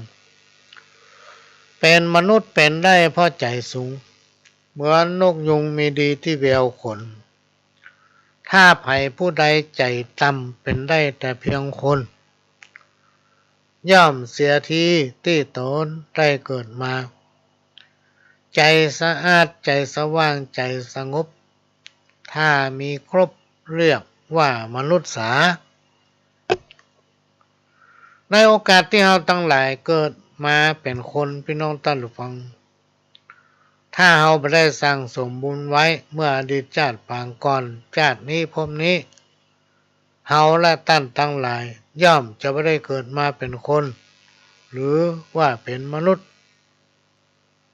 เป็นผู้ที่ประเสริฐกว่าสรรพสิ่งใดในโลกโลกมนุษย์คือโลกแห่งสัจธรรมมีเกิดแก่เจ็บตายสิ่งทั้งหลายเหล่านี้จะเป็นไปตามผลของกรรมพี่น้องท่านผู้ฟังผลของกรรมก็คือกรรมภัยกรรมมันนะแทนกันไม่ได้นะโบราณเพิ่นกล่าวไว้ว่าผู้ใดกระทำสิ่งใดไว้ย่อมได้รับสิ่งนั้นบาปบุญคุณและโทษมันมีพี่น้องท่านผู้ฟังและก็ให้ผลเร็วในชาตินี้บ่มีชาติหน้าการที่เฮาทุกคนมีชีวิตเกิดมาเพราะบุญเก่าเมื่อในอดีตชาติทำให้เฮาได้อยู่ดีกินดีมีร่างกายสุขภาพแข็งแรงสมบูรณ์เลิกอยากอะไรก็ได้กินอยากจะไปไหนก็ได้ไปคิดอันใดก็ได้พ่อบุญเก่าที่สั่งสมไว้อันนี้เป็นสิ่งที่เราต้องหลาย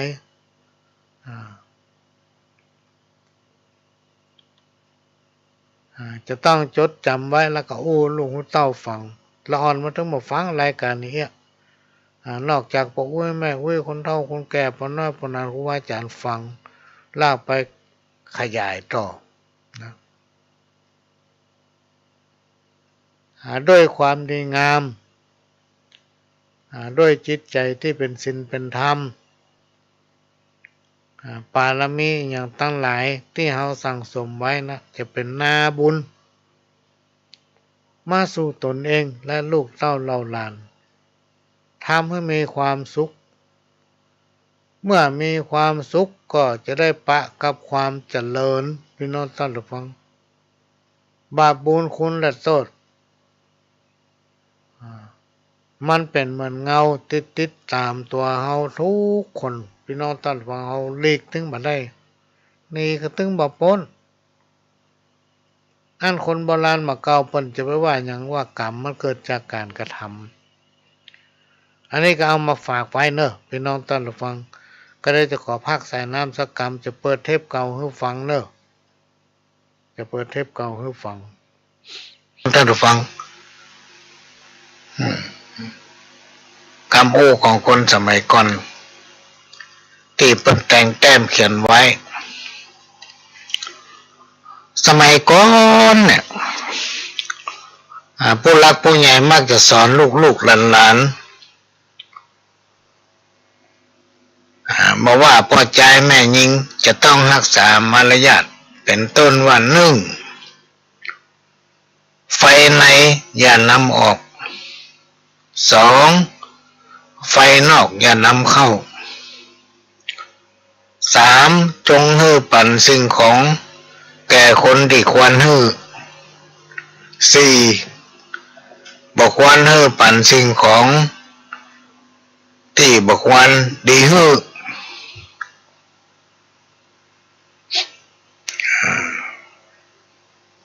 แล้วก็ข้อที่ห้าควรนั่งฮื้อเป็นสุข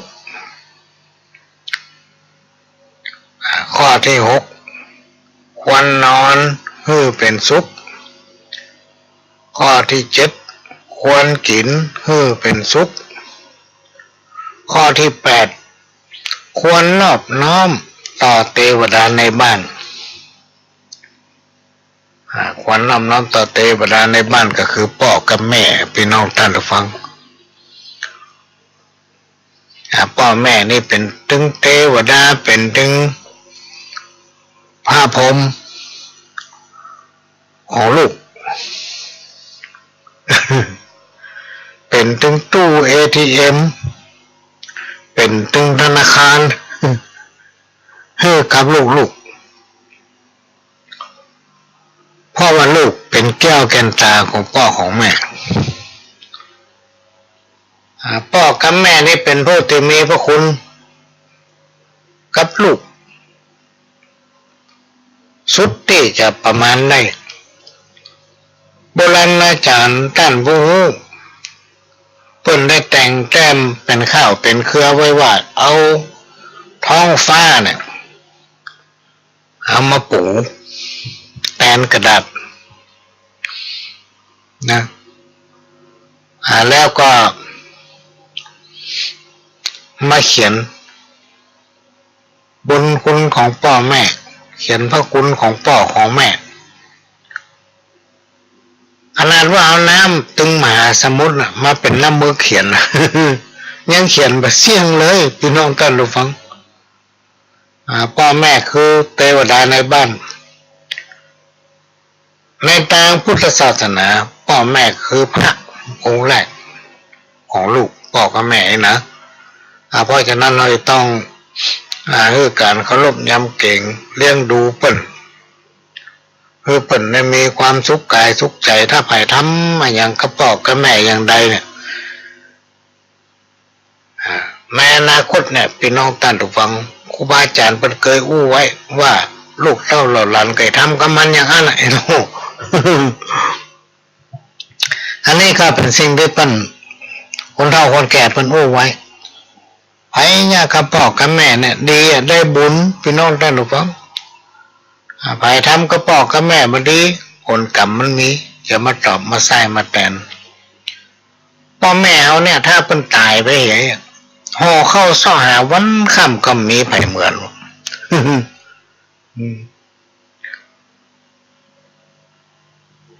และทำกรรมหนึ่งพี่น้องท่านผู้ฟัง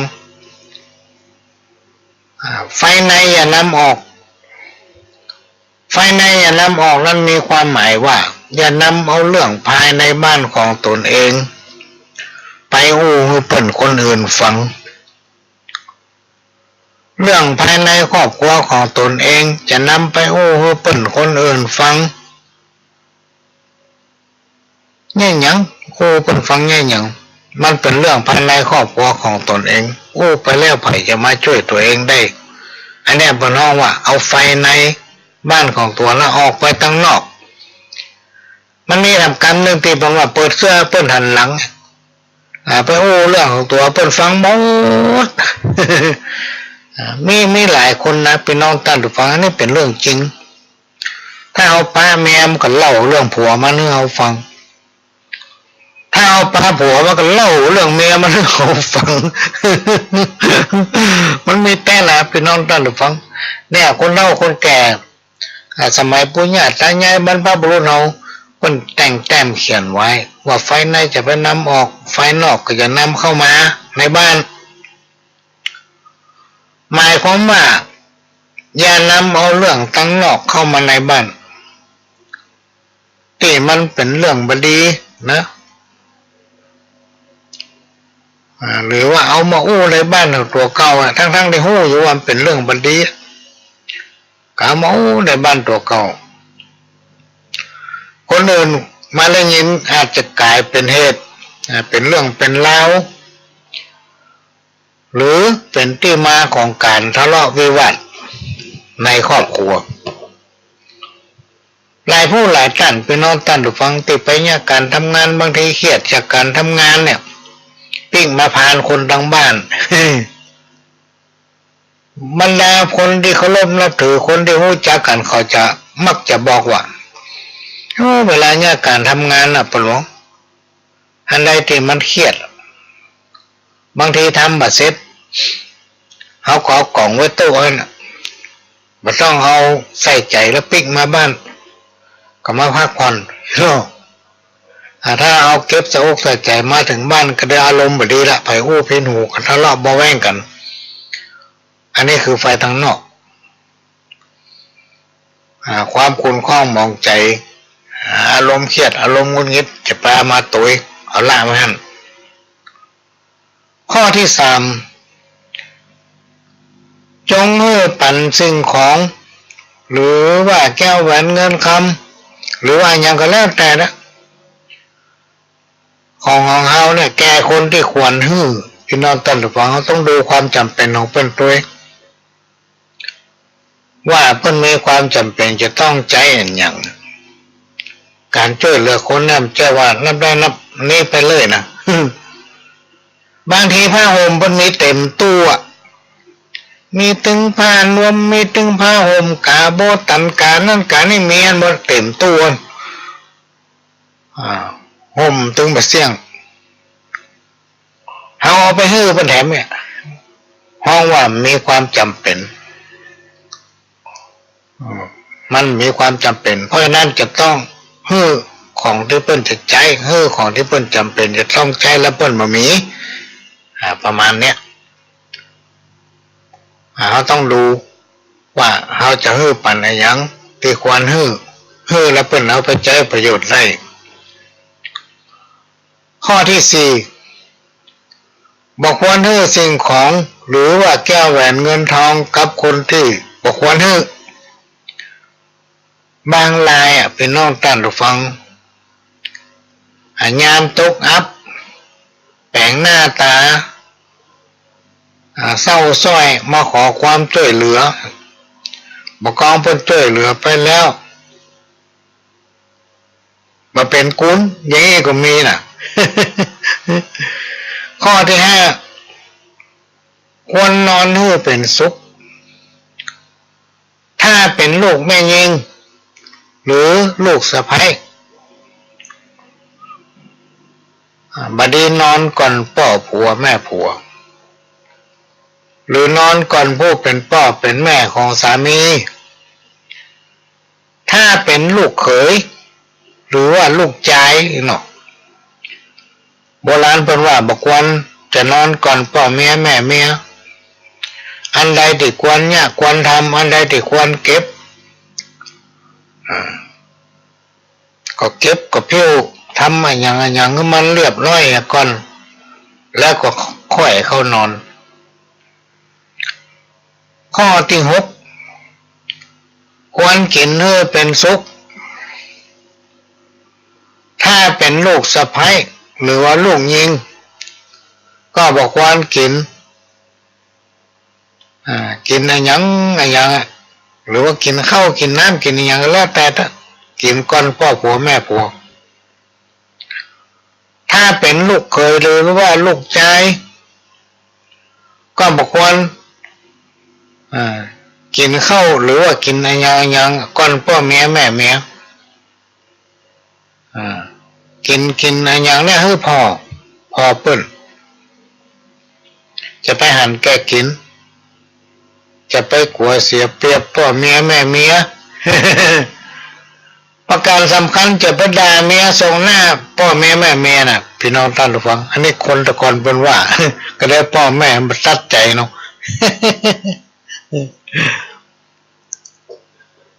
ข้อที่เจ็ดควรนอบน้อมต่อเทวดาในบ้านเทวดาในบ้านก็คือพ่อเมียแม่เมียพ่อผัวแม่ผัวหรือว่าพ่อวิแม่วิควรให้ความเคารพยำเกรง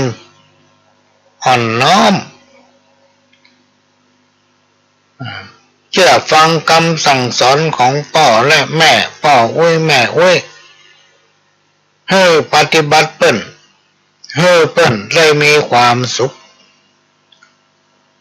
พ่อแม่พ่อเว้ยแม่เว้ยท่านเป็นเทวดาในบ้านนะท่านเป็นเทวดาในบ้านถ้าไผ่ผู้ใดประพฤติปฏิบัติดังที่กล่าวมาแล้วนั้น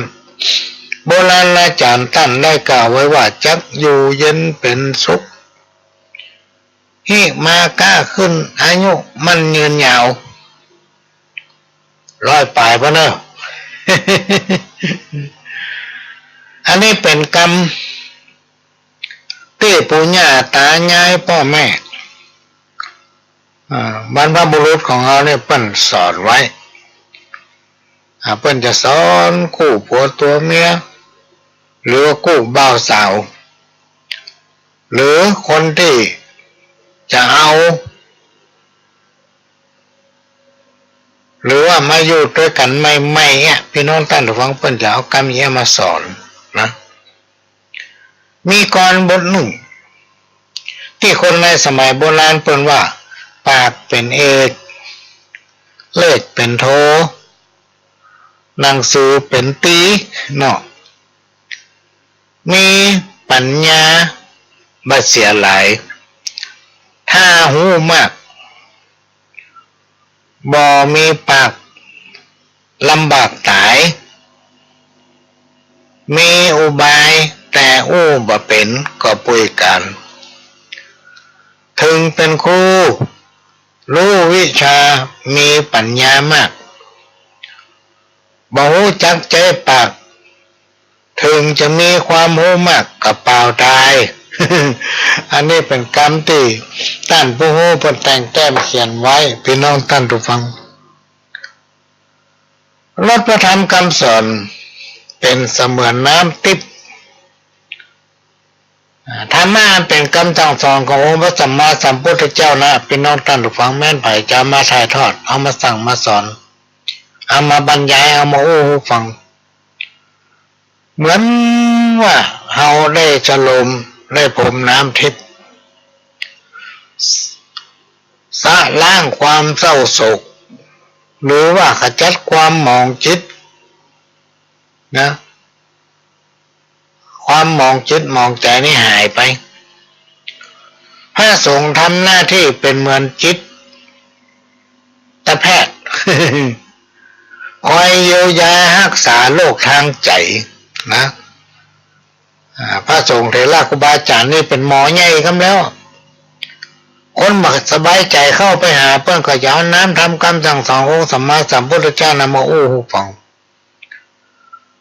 เต้าก็ว่าคนฟังคนนั้นได้ประพรมน้ำทิพย์วัดวาอารามเนี่ยพี่น้องท่านผู้ฟังเป็นสถานที่สงบเป็นสถานที่สงบ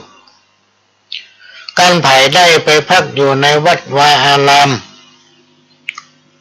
ก็ม่วนอกม่วนใจหรือว่าทำให้จิตใจสงบนั่นเองจะเนี่ยจะทำมาอย่างกระจ้างถ้าทุกคนมาพอละติเพื่อก่อครูบาอาจารย์ท่านกล่าวไว้ว่าเหมือนมีบ่อทองคำว่ะจะเนี่ยจะทำมาอย่างก็ตามเด้อพี่น้องท่านผู้ฟังถ้ามีคนหลายคนหู้เนี่ยเข้ามาหามาติงว่านั่นควรแน่ยี่อันนี้ควรแน่อย่างนั้นแล้วมันจะดีงี้ดีงั้นเพื่อเอาว่าติเพื่อก่อโบราณอาจารย์กล่าวว่าเหมือนมีบ่อทองคำต้องการข้ามก็เขาจะเนี่ยจะทำมาอย่างถ้ามีคนมาคอยแนะนำว่าโอ้ยยี่ถ้าจะดีเลยเนาะข้อเนี้ยเหมือนได้ฟังธรรมร้อยกันนี่หรอถ้ามีคนมาแนะนำ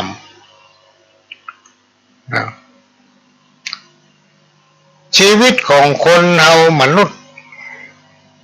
ที่เกิดมาอยู่ร่วมโลกเดียวกันถึงวันเนี้ยพี่น้องท่านผู้ฟังทุกชีวิตจะหนีบ่พ้นกับการต่อสู้เหมือนกันที่ว่าชีวิตคือการต่อสู้กับวิธีของชีวิตของแต่ละคนที่หันก็คือต่อสู้กับภัยธรรมชาติต่างๆที่เราทุกคนจะต้องหนีบ่พ้นการต่อสู้ของคนมนุษย์เราแถมประการหนึ่งคือการต่อสู้กับมนุษย์ด้วยกันกับคนด้วยกันเนี่ยบอกว่าจะเป็นการต่อสู้ทางด้านความคิดและปัญญานะประการสุดท้ายคือการต่อสู้กับเหตุการณ์ประจำวันคนมนุษย์เฮาทุกชีวิตพี่น้องท่านผู้ฟังจะมีชีวิตที่แตกต่างกันไปนะและจะต้องพบปะ ในสิ่งต่างๆที่ย่อมจะเกิดขึ้นกับมนุษย์ของเราบอกว่าดีบอกว่าให้แต่ละคนน่าจะหนีบ่พ้นเพราะฉะนั้นในยุคปัจจุบันเนี่ยมันก็เลยทำให้เกิดปัญหาและอุปสรรคในการพัฒนา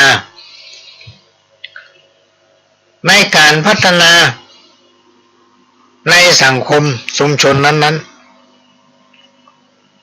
นะถึงวันเนี้ยมันเกิดจากอะไรอย่างเกิดจากหนึ่ง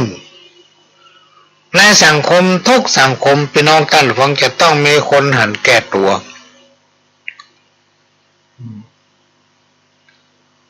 อันที่สองก็คือเก่งกว่าต่ออำนาจ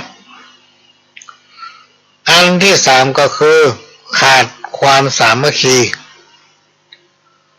อันที่สี่ก็คือมีทิฐิสูงอันที่ห้าชอบตำหนิก้าคนอื่นอันที่หกก็เป็นคนที่ชอบสงสัยตลอด อันที่เจ็ดแข่งกันเป็นใหญ่อันที่แปดอ่อนการศึกษาเนี่ยอ่อนการศึกษาเนี่ยสำคัญคนมีปัญญานี่เขาอู้กรรมสองกรรมมันรู้เรื่องคนที่มีการศึกษานี่อู้ปากพอเป็นปอด มันถึงรู้เรื่องข้อที่แปดเนี่ยอ่อนการศึกษาข้อที่เก้าหวังกล้าจะได้สินจ้างรางวัลอันนี้ก็สำคัญพี่น้องท่านหรือฟังปัญญาอย่างที่นายก็หวังว่าจะได้อย่างจากเปิ้ลเมื่อไรถ้าเปิ้ลไปได้ให้สมใจหวังโคตรทำการตึงมหันมันซ้ำนี่เป็นต้นจิตที่สงบหรือจิตที่บริสุทธิ์มีสามประการนะมีสามประการจิตสะอาดนี่หนึ่งอันที่สองคือจิตสว่างอันที่สามคือจิตสงบ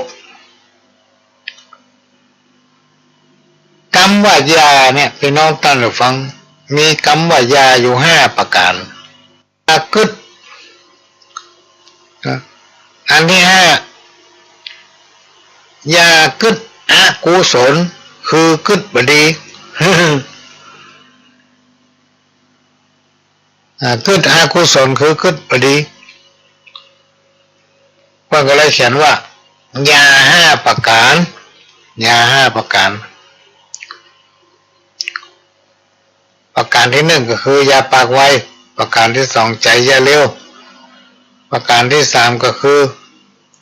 ยาฟื้นความเก่าข้อที่สี่อย่าเอาเรื่องเก่ามาอู้มากึศข้อที่ห้าอย่าคิดบดีคืออย่าคิดอกุศลเนี่ยเปิดให้ถือนะพี่น้องท่านผู้ฟังน่าไปถือได้เนี่ยดีขนาด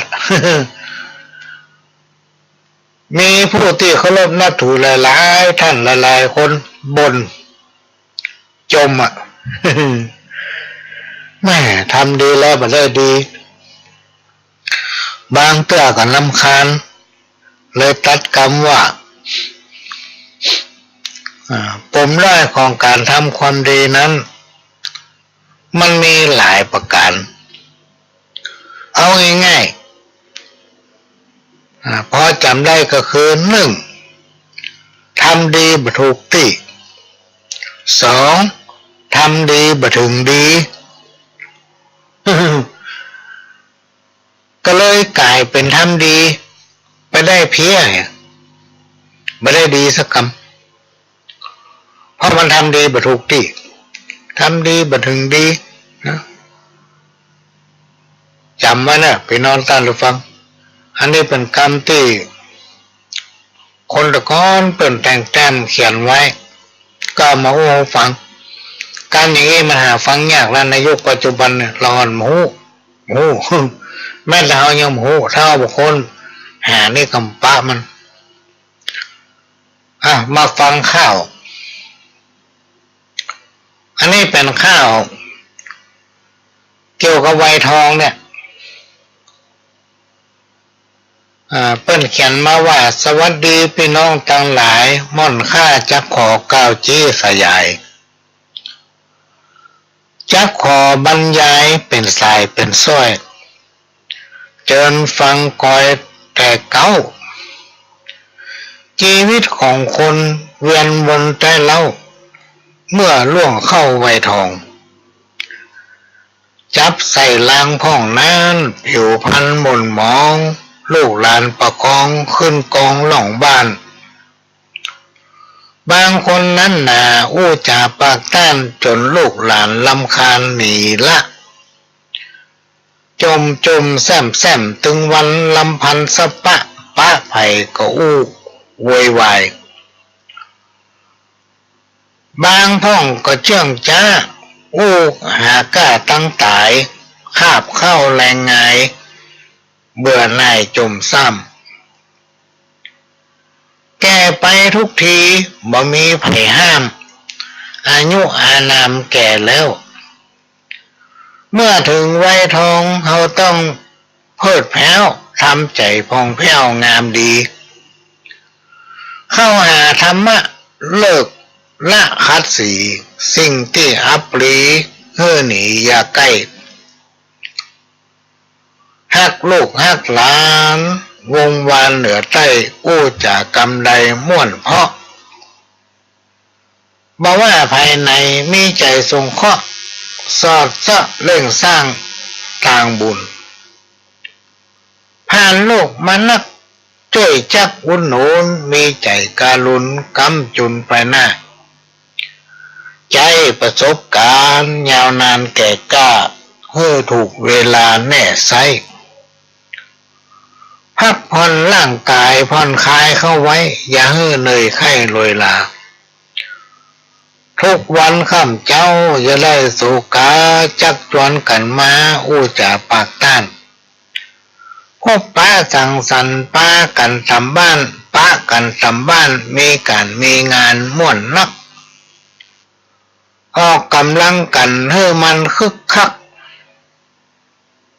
ตามหลักถูกต้องอนามัยเพื่อให้แก่จ้ายืดอายุไขมีคนวิจัยเอาไว้อย่างอีกถ้าหากคนเฮากระเป๋ากระปี้รับรองว่าดีเลิศล้นเรื่องเล่าบุรีเรื่องนี้ฮือป้นเป็นการเริ่มต้นดีงามอบายมุขกองทุกขวางหนามฮือพยายามห้ามปรามลูกเจ้ามุ่งทำความดีอย่ามีหม่นเศร้าเพราะอายุเฮานักแล้วเข้าวัดเข้าวาบกากาดแก้วก็ถึงแต่แก้วดวงงามไตรรัตนะองค์ข้าทั้งสามสมณะจีพรามอย่ามินเล่นปรับปรุงแก้ไขเดินไปตามเส้นเชื่อในกรรมเวรเข่งครัดในโลกสังขารในโลกสงสารสังขารผูกมัดจำกัดขีดเส้นแนวทางกำหนดชีวิตหมดสิทธิ์ขัดขวางเฮาต้องปล่อยวางอื่นค้างบ่ได้ความแก่ชรามันเข้ามาใกล้จะลบไปทางใดก็บ่พ้นความแก่ชราเนี่ยพี่น้องท่านฟังหนีฟังได้ถึงพ้นถึงปะมันหนีมันต้องได้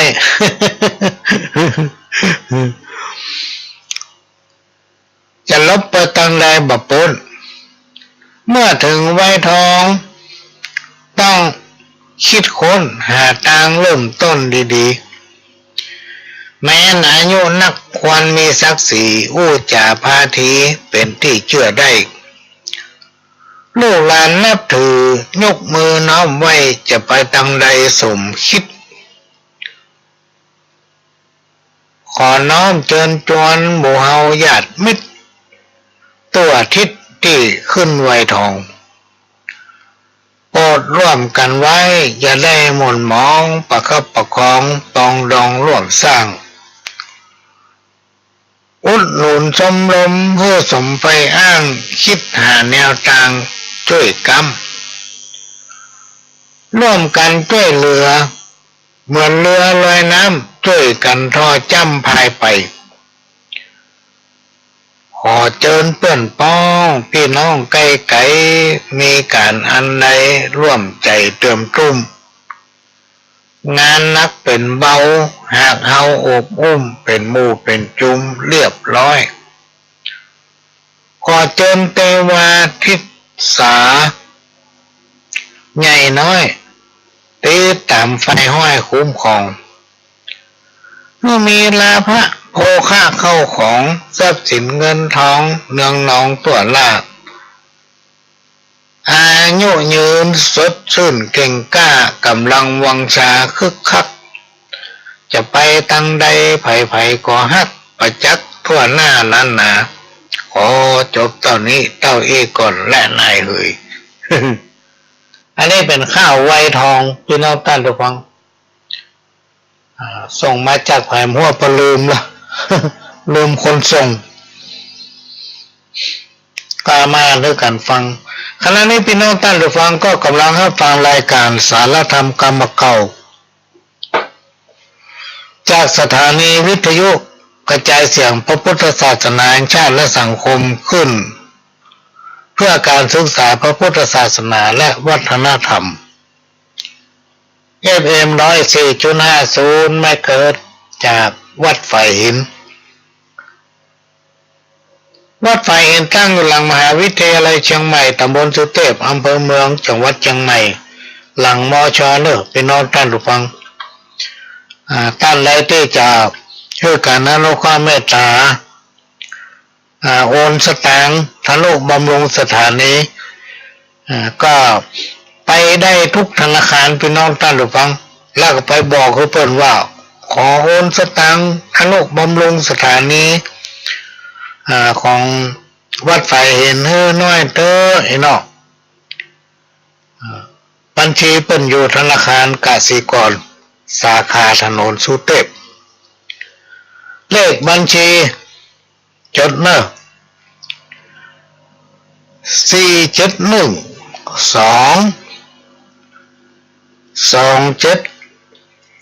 492 7จดตันก่อนได้จะบอกคำล่ำหนึ่งก็มีความจำเป็นที่จะต้องแจ้งพี่น้องท่านผู้ฟังว่าต้องช่วยกันทนุบำรุงสถานีถ้ามาอ่านเกินรักเองไม่ได้ฟังกันนะ มันดักไปจันเมินเป็น2 อาทิตย์พ่อเว้ยแม่เว้ยพ่อน้องปนานครูบาอาจารย์โทรหาเขาก็บอก3 อาทิตย์แล้วได้2 อาทิตย์ไปแล้วโทรมาเดือดอันยังดักปิ้งผมเล่าว่าอาทิตย์หนึ่งไปเลย2 อาทิตย์กลับไม่ได้ยินเสียงนี่หรอก ก็ต้องขอสุมาภัยตัวต้องมีการทนุบำรุงเท้าบัดโนบำรุงนี่ดักปิ้งเดี๋ยวไปเริ่มฟังกันนะถ้าไผ่โอนเข้าไปแล้วก็แจ้งมาทางรายการกำหนึ่งจะได้ประชาสัมพันธ์ให้คณะที่จัดรายการพี่น้องต้นฟังสามารถโทรเข้าที่โทรศัพท์หน้าเครื่องนี้ได้0531100638 0531100638แต่ถ้าออกรายการไปแล้วในคณะที่ไม่ได้จัดรายการไม่ต้องโทรเนอะเพราะมันต้องมีแผลหับเชื่อมต่างบันไดมันดัง3 เตือนนะแล้วก็เข้าแฟกซ์หมดเชื่อมต่างบันไดแล้วก็มือถือถ้าไผ่มีไลน์ของพระหลวงไผ่มีเฟซมีไลน์นี่สามารถส่งสลิปใบที่ท่านไปโอนเงินมาให้ได้ถ้ามันนักหนาป้าป้านก็จะให้ทางสถานีออกใบอนุโมทนาให้ถ้ามันบอก100 200 300 400นี่ก็บ่ต้องออกก็ได้ แล้วสำหรับท่านที่ขอหนังสือมาในหนังสือมันก็มีกรรมโอกาสขึ้นเต้าทั้ง4 กรรมสมมาควรตานกรรมเวรตาน นะกำไหวปารมี30ทัศกำไหวมหาปัตตมื่นหลวงกำไหวพระสวดมนต์อิติปิโสอย่ามีหันหมดมีข้าวอันหลายบทช่วงนี้บัดนี้เนี่ยเนอะพี่น้องท่านผู้ฟังเนื่องจากว่าเพราะว่าเศรษฐกิจกับว่าค่อยดี บัดได้แปลงมีคนขอมาสำหรับท่านที่ฟังทางเฟซทางไลน์เนี่ยฟังได้จากหลายพื้นที่ทั่วประเทศก็มีพี่น้องที่อยู่สีคิ้วน่าจะฟังทางโทรศัพท์เนาะเพราะมันฟังได้ทั่วโลกมันเป็นรายการที่เผยแพร่เสียงและภาพไปทั่วโลกอันนั้นเพิ่นก็ขอหนังสือมาถ้ายังฟังอยู่หรือว่าใครที่ฟังก็บอกให้เพิ่นกำว่าประหลวงบริญญาเต้อ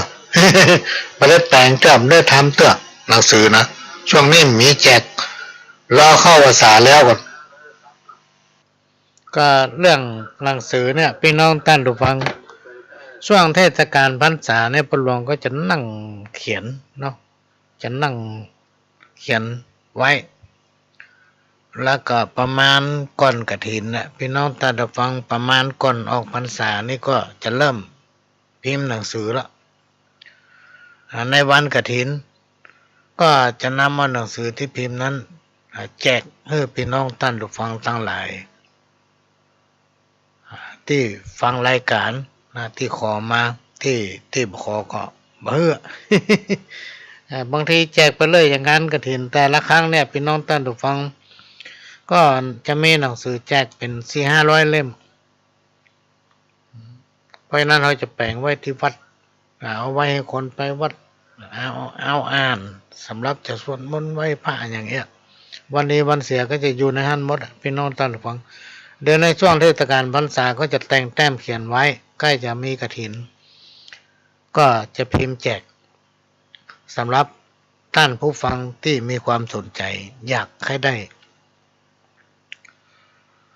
ก็มีข่าวก่อนที่จะเอาสาระอย่างมาอู้เนี่ยมีข่าวประชาสัมพันธ์น้อยหนึ่งพี่น้องท่านผู้ฟังเนื่องจากว่าได้รับการประสานจากเฮียจดเฮียจดชื่อมันจัดงามชื่อมันจัดงามแต่ที่เรารู้จักคือเฮียจดศรัทธาหรือว่าเป็นที่ปรึกษาพระอาจารย์ชัยกันตาวิโรเจ้าวาดวัดหลวงอ้อตอนนี้เป็นเตรียมเตียนที่จะเอาตาลถวายในเทศกาลเข้าพรรษาอันมีหลายเล่มพี่น้องท่านผู้ฟังแต่ว่าจะถวายที่วัดหลวงอ้อเมื่อหลายปีที่ผ่านมามีการแห่แวดบ้านหมู่4หมู่5บ้านหนองป้อมบ้านหัวโกนะบ้านสันในช่วงบ่ายของวันดาวันที่13นี้เป็นวันเข้าพรรษาพี่น้องท่านผู้ฟังคาดว่าวันที่12ช่วงบ่ายก็วันที่12ช่วงบ่ายกรกฎาคมเป็นวันดาก็คงจะมีการแห่เทียนพี่น้องท่านผู้ฟังของปเลี้ยงจอดซึ่งเปิ้นมีกิจการทำผ้าม่านปูพรมอย่างเงี้ยพี่น้องท่านผู้ฟังปูพื้นทำผ้าสากผ้าม่านเปิ้นมีบริษัทเป็นที่ปรึกษาเจ้าวาดวัดหลวงอ้อพี่น้องท่านฟังตอนนี้เปิ้นเตรียมพร้อมละแล้วก็มีความยินดีที่ขอเชิญพี่น้องศรัทธาถึง3หมู่บ้านบอกว่าจะเป็นบ้านตาล่องขี้ควายบ้านหนองป้อมบ้านสันบ้านหลวงอ้อบ้านหัวโกนะรวมถึงพี่น้องบ้านจัดสรรได้ร่วมอนุโมทนาบุญในการถวายเทียนพรรษาโดยการบริจาคปัจจัยคนละเล็กละน้อยเพื่อมอบถวายพระอาจารย์ชัยกันตะวิโรเจ้าวาดวัดหลวงอ้อท่านจะได้นำพัฒนาวัดต่อไปพี่น้องท่านผู้ฟังก็ช่วยกันคนละเล็กละน้อยเพื่อทนุบำรุงพุทธศาสนาสิ่งไหนที่มันควรแปลงกับแปลงสิ่งไหนที่มันควรทำก็ทำนะเป็นการซ่อมบำรุงพัฒนาวัด เหมาะสมกับสภาพของปัจจุบันทำบุญกันเตอะมันบ่สลายจักได้สบายในวันตั้งหน้าสั่งสมบุญไว้บ่ได้สูญหายตกป่างไปลูนจักจุ่มเย็นสุขกายสุขใจมาหน่อยสติปัญญาเป่งวะหิหาก็บคัดสนงดทุกกังวลกุศลเติมแท่งกุศลเติมแท่งก็มีปัญหาถามพี่น้องท่านผู้ฟังซึ่งมีคนถามมานักเรื่องเนี้ยแล้วพ่อหลวงก็เคยได้ยินมาตั้งแต่เป็นละอ่อนมาจนถึงวันเนี้ย เรื่องเวลาเมียตายผัวตานขันเข้าคือเมียได้ก่อเวลาผัวตายเมียจะตานขันเข้าคือผัวจะได้ก่อพี่น้องท่านผู้ฟังพอดีพ่อหลวงบ่ใช่คนทั้งบ้านเฮานะอู้นะพ่อหลวงได้มีโอกาสไปร่วมงานกิจกรรมในวันกองทุนแม่ของแผ่นดินเปิ้นห้องว่าไปร่วมงานมหกรรมเนื่องในวันกองทุนแม่ของแผ่นดินที่กรุงเทพได้ไปพบปะเพื่อนร่วมงานคนหนึ่งโอ้เป็นมหาปรริญญาเปิ้นสนใจเรื่องกินเรื่องทานเนี่ยพี่น้องท่านผู้ฟังธรรมะธรรมโมนี่โอ้เฮาฟังแล้วประทับใจฟังเปิ้นอู้นะเปิ้นอู้ถึงว่าเฮาจงมาช่วยกันขุดเพชรออกจากโคนตมเอามาล้างมาขัดให้มันใสสะอาดทุกอย่างมันจะมีเหตุมีผลเป็นของมันพี่น้องท่านผู้ฟังมันมีเหตุมีผลอย่างว่าเฮาใจร้อนเนี่ยอย่างมาตึงบ่ได้ดีถ้าเนี่ยด้วยความห้าวหาญแล้วก็ใจร้อนนะฟังได้บ่ดีกินมันว่ามันจะทำให้ร้อนใจที่หลังแต่ถ้าเราเป็นคนมั่งง่ายความวุ่นวายก็โตยมาเนี่ยมันเป็นของกู้กันมาตั้งแต่สมัยใดละพี่น้องท่านผู้ฟังเพียงแต่เอาใจเอาหลักธรรมะเนี่ยมาผสมผสานกันทำมันอย่างต้องใจเย็นๆจะไปใจร้อนเพราะมันจะทำให้เดือดร้อนปลายหลังคนใจร้อนในเนี่ยอย่างตึงบ่ดีคนเฮาในหารแก้กินก็บ่ดีคนอื่นเพิ่นจะเหยียดหยามโอ้พอมันกินนั่นน่ะกินได้กินเอามันให้กันอยากมันให้บ่เคยกินไงเขาจะว่ากันไปเลย จะไปอู้ไปเลยคนเนี้ยมันอู้ฟังนะจะไปอู้ไปเลยมันจะเสื่อมถอยความนับถือคนเฮาถ้าต้องการมีความสุขเมื่อแก่เมื่อหนุ่มก็ต้องยากการทำงานต้องมีความขยันหมั่นเพียรเพิ่นว่าก็เลยถามไปว่าอาจารย์มหาพี่น้องสมัยเฮาเป็นละอ่อนมานะเวลาผัวตายเพิ่นว่าเมียตานหาบ่ดีเวลาเมียตายผัวตานหาบ่ดีเพิ่นโอ้ถึงว่าประเพณีของคนตั้งภาคเหนือของเฮาเนี่ยเวลาผัวตายหรือว่าเมียตายเวลาจะไปสุสานเนี่ยพี่น้องท่านผู้ฟังก่อนที่จะนำสักการนำสรีระร่างกายของบ่ว่าผัวหรือเมียที่ล้มหายตายจากไปเนี่ยขึ้นสู่สุสานเพิ่นจะมีการตัดกรรมเพิ่นฮู้ล่ะเฮาก็นะเฮาฟังเพิ่นจะมีการตัดกรรมว่าสิ่งใดที่เฮาได้สร้างร่วมกันมาในเมืองมนุษย์ในปัจจุบันเนี่ยก็ให้มันหายไปนะแล้วกันไปค่าๆขอเข้ามากันเสร็จเรียบร้อยแล้วตัดเพิ่นไปหาเอาตังหน้าหาของกินของทานจิตวิญญาณของไปของเปิ้นไปที่ชอบ3 วัน 7 วันหรือประมาณสัก100 วันเนี่ยพี่น้องท่านผู้ฟังบ่สมควรจะตานหากันเตื้อว่าเพิ่นฟังนะพระหลวงก็มาต่อ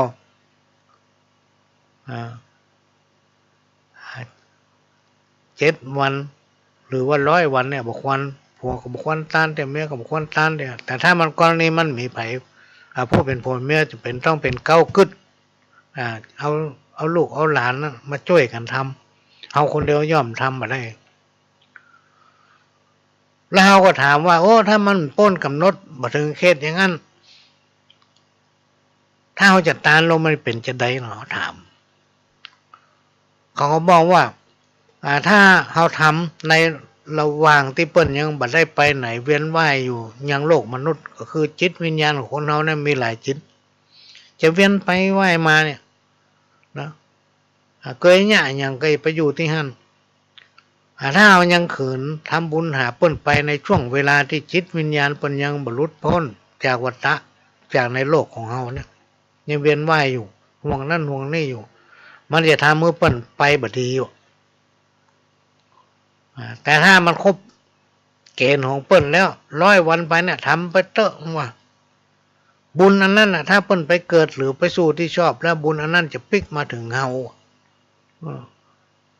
ในหลักของพุทธศาสนาเปิ้นมีข้อห้ามใครจะทำก็ได้เปิ้นว่านี่เปิ้นฟังอันนี้ก็มีคนถามมานักก็ได้เคยเอามาเปิ้นว่าบ่เป็นหยังเนอะพี่น้องท่านผู้ฟังเปิ้นว่ามันเป็นหยังใครจะต้านใครก็ได้ถ้าเรามีความพร้อมนอกจากว่าเฮาเนี่ยบ่ได้นะนอกจากว่าเฮาทำบ่ได้มันเป็นหยังก็เป็นหน้าบุญที่จะมาถึงตัวเฮาอันนี้ก็ฝากไว้เป็นข้อคิดอันใดก็ตามพี่น้องท่านผู้ฟังเท่าตั้งจิตตั้งใจทำย่อมมีผลสำเร็จเป็นต้นว่าการตรวจน้ำเนี่ยพี่น้องท่านผู้ฟังบ่ต้องคิดว่ากูจะไปเอานั่นเอานี่มาทานเนี่ยจ่าล่วงสุดเนี่ยเอาไปไหนไม่ได้เลยแหงตั้งจิตอธิษฐานเอาน้ำมาน้ำที่สะอาดสักขวดหนึ่งตรวจลงดินพี่น้องท่านผู้ฟังตรวจลงที่ก็ไม่เส้นหญ้าตั้งจิตอธิษฐานว่าขอแผ่บุญกุศลเนี่ยไปถึงอันนั้นนั่นนี่ก็จักประสบความสำเร็จเป็นบุญเป็นกุศลไปถึงเขานะน้ำที่เราตรวจไปนั่นจะกลายเป็นเสื้อเป็นผ้ากลายเป็นข้าวปลาอาหารนะพี่น้องท่านผู้ฟังควรทำเยอะพระหลวงนี่จะตรวจน้ำถึงมันนะตรวจถึงเจ้ากรรมนายเวรตรวจถึงอันนั้นอันนี้ที่เขาหมู่มาหันนะบอกว่าจะเป็นในอดีตชาติและปัจจุบันนี้การทำบุญเนี่ยทำได้ทุกอย่างตามอาจารย์และมหาคนนี้ฟังก็เขาก็คล้องใจเขามาเมื่อเขาเคยตายหรอกว่าถ้ากูตายเมียกูตายนะกูไม่ถึงก็เขาบอกเคยเนาะแต่เปิ้นผู้ฮู้เนี่ยเปิ้นว่ามันเป็นหยังได้หมดพร้อมไปถึงเขาแล้วมันก็จะปิกมาเอานาบุญนั้นเวลาหมดพอดีพี่น้องท่านผู้ฟังก็ขอเชิญร่วมกันอนุโมทนาบุญในการถวายเทียนเข้าพรรษาคาดว่าในวันที่12ช่วงบ่ายก็จะมีการแห่เทียนเข้าพรรษาของเฮียจอดโดยพ่อหลวงก็จะไปร่วมตัวเพราะว่าเคยขอความร่วมมือกับเปิ้นมาหลายเตือนละและเฮียจอดผู้นี้เป็นที่ปรึกษาและเป็นคนอุปถัมภ์วัดหนองอ้อพี่น้องท่านผู้ฟังได้ช่วยเหลือสนับสนุนหลายอันหลายอย่างเวลาหมดเวลาพ่อหลวงก็จะขอนำรายการจากพี่น้องท่านผู้ฟังไปก่อน5 โมงแมลงกับมาปะกับล่อมจากกับผมพ่อหลวงสว่างธาตุอินจันทร์ขอสวัสดีครับ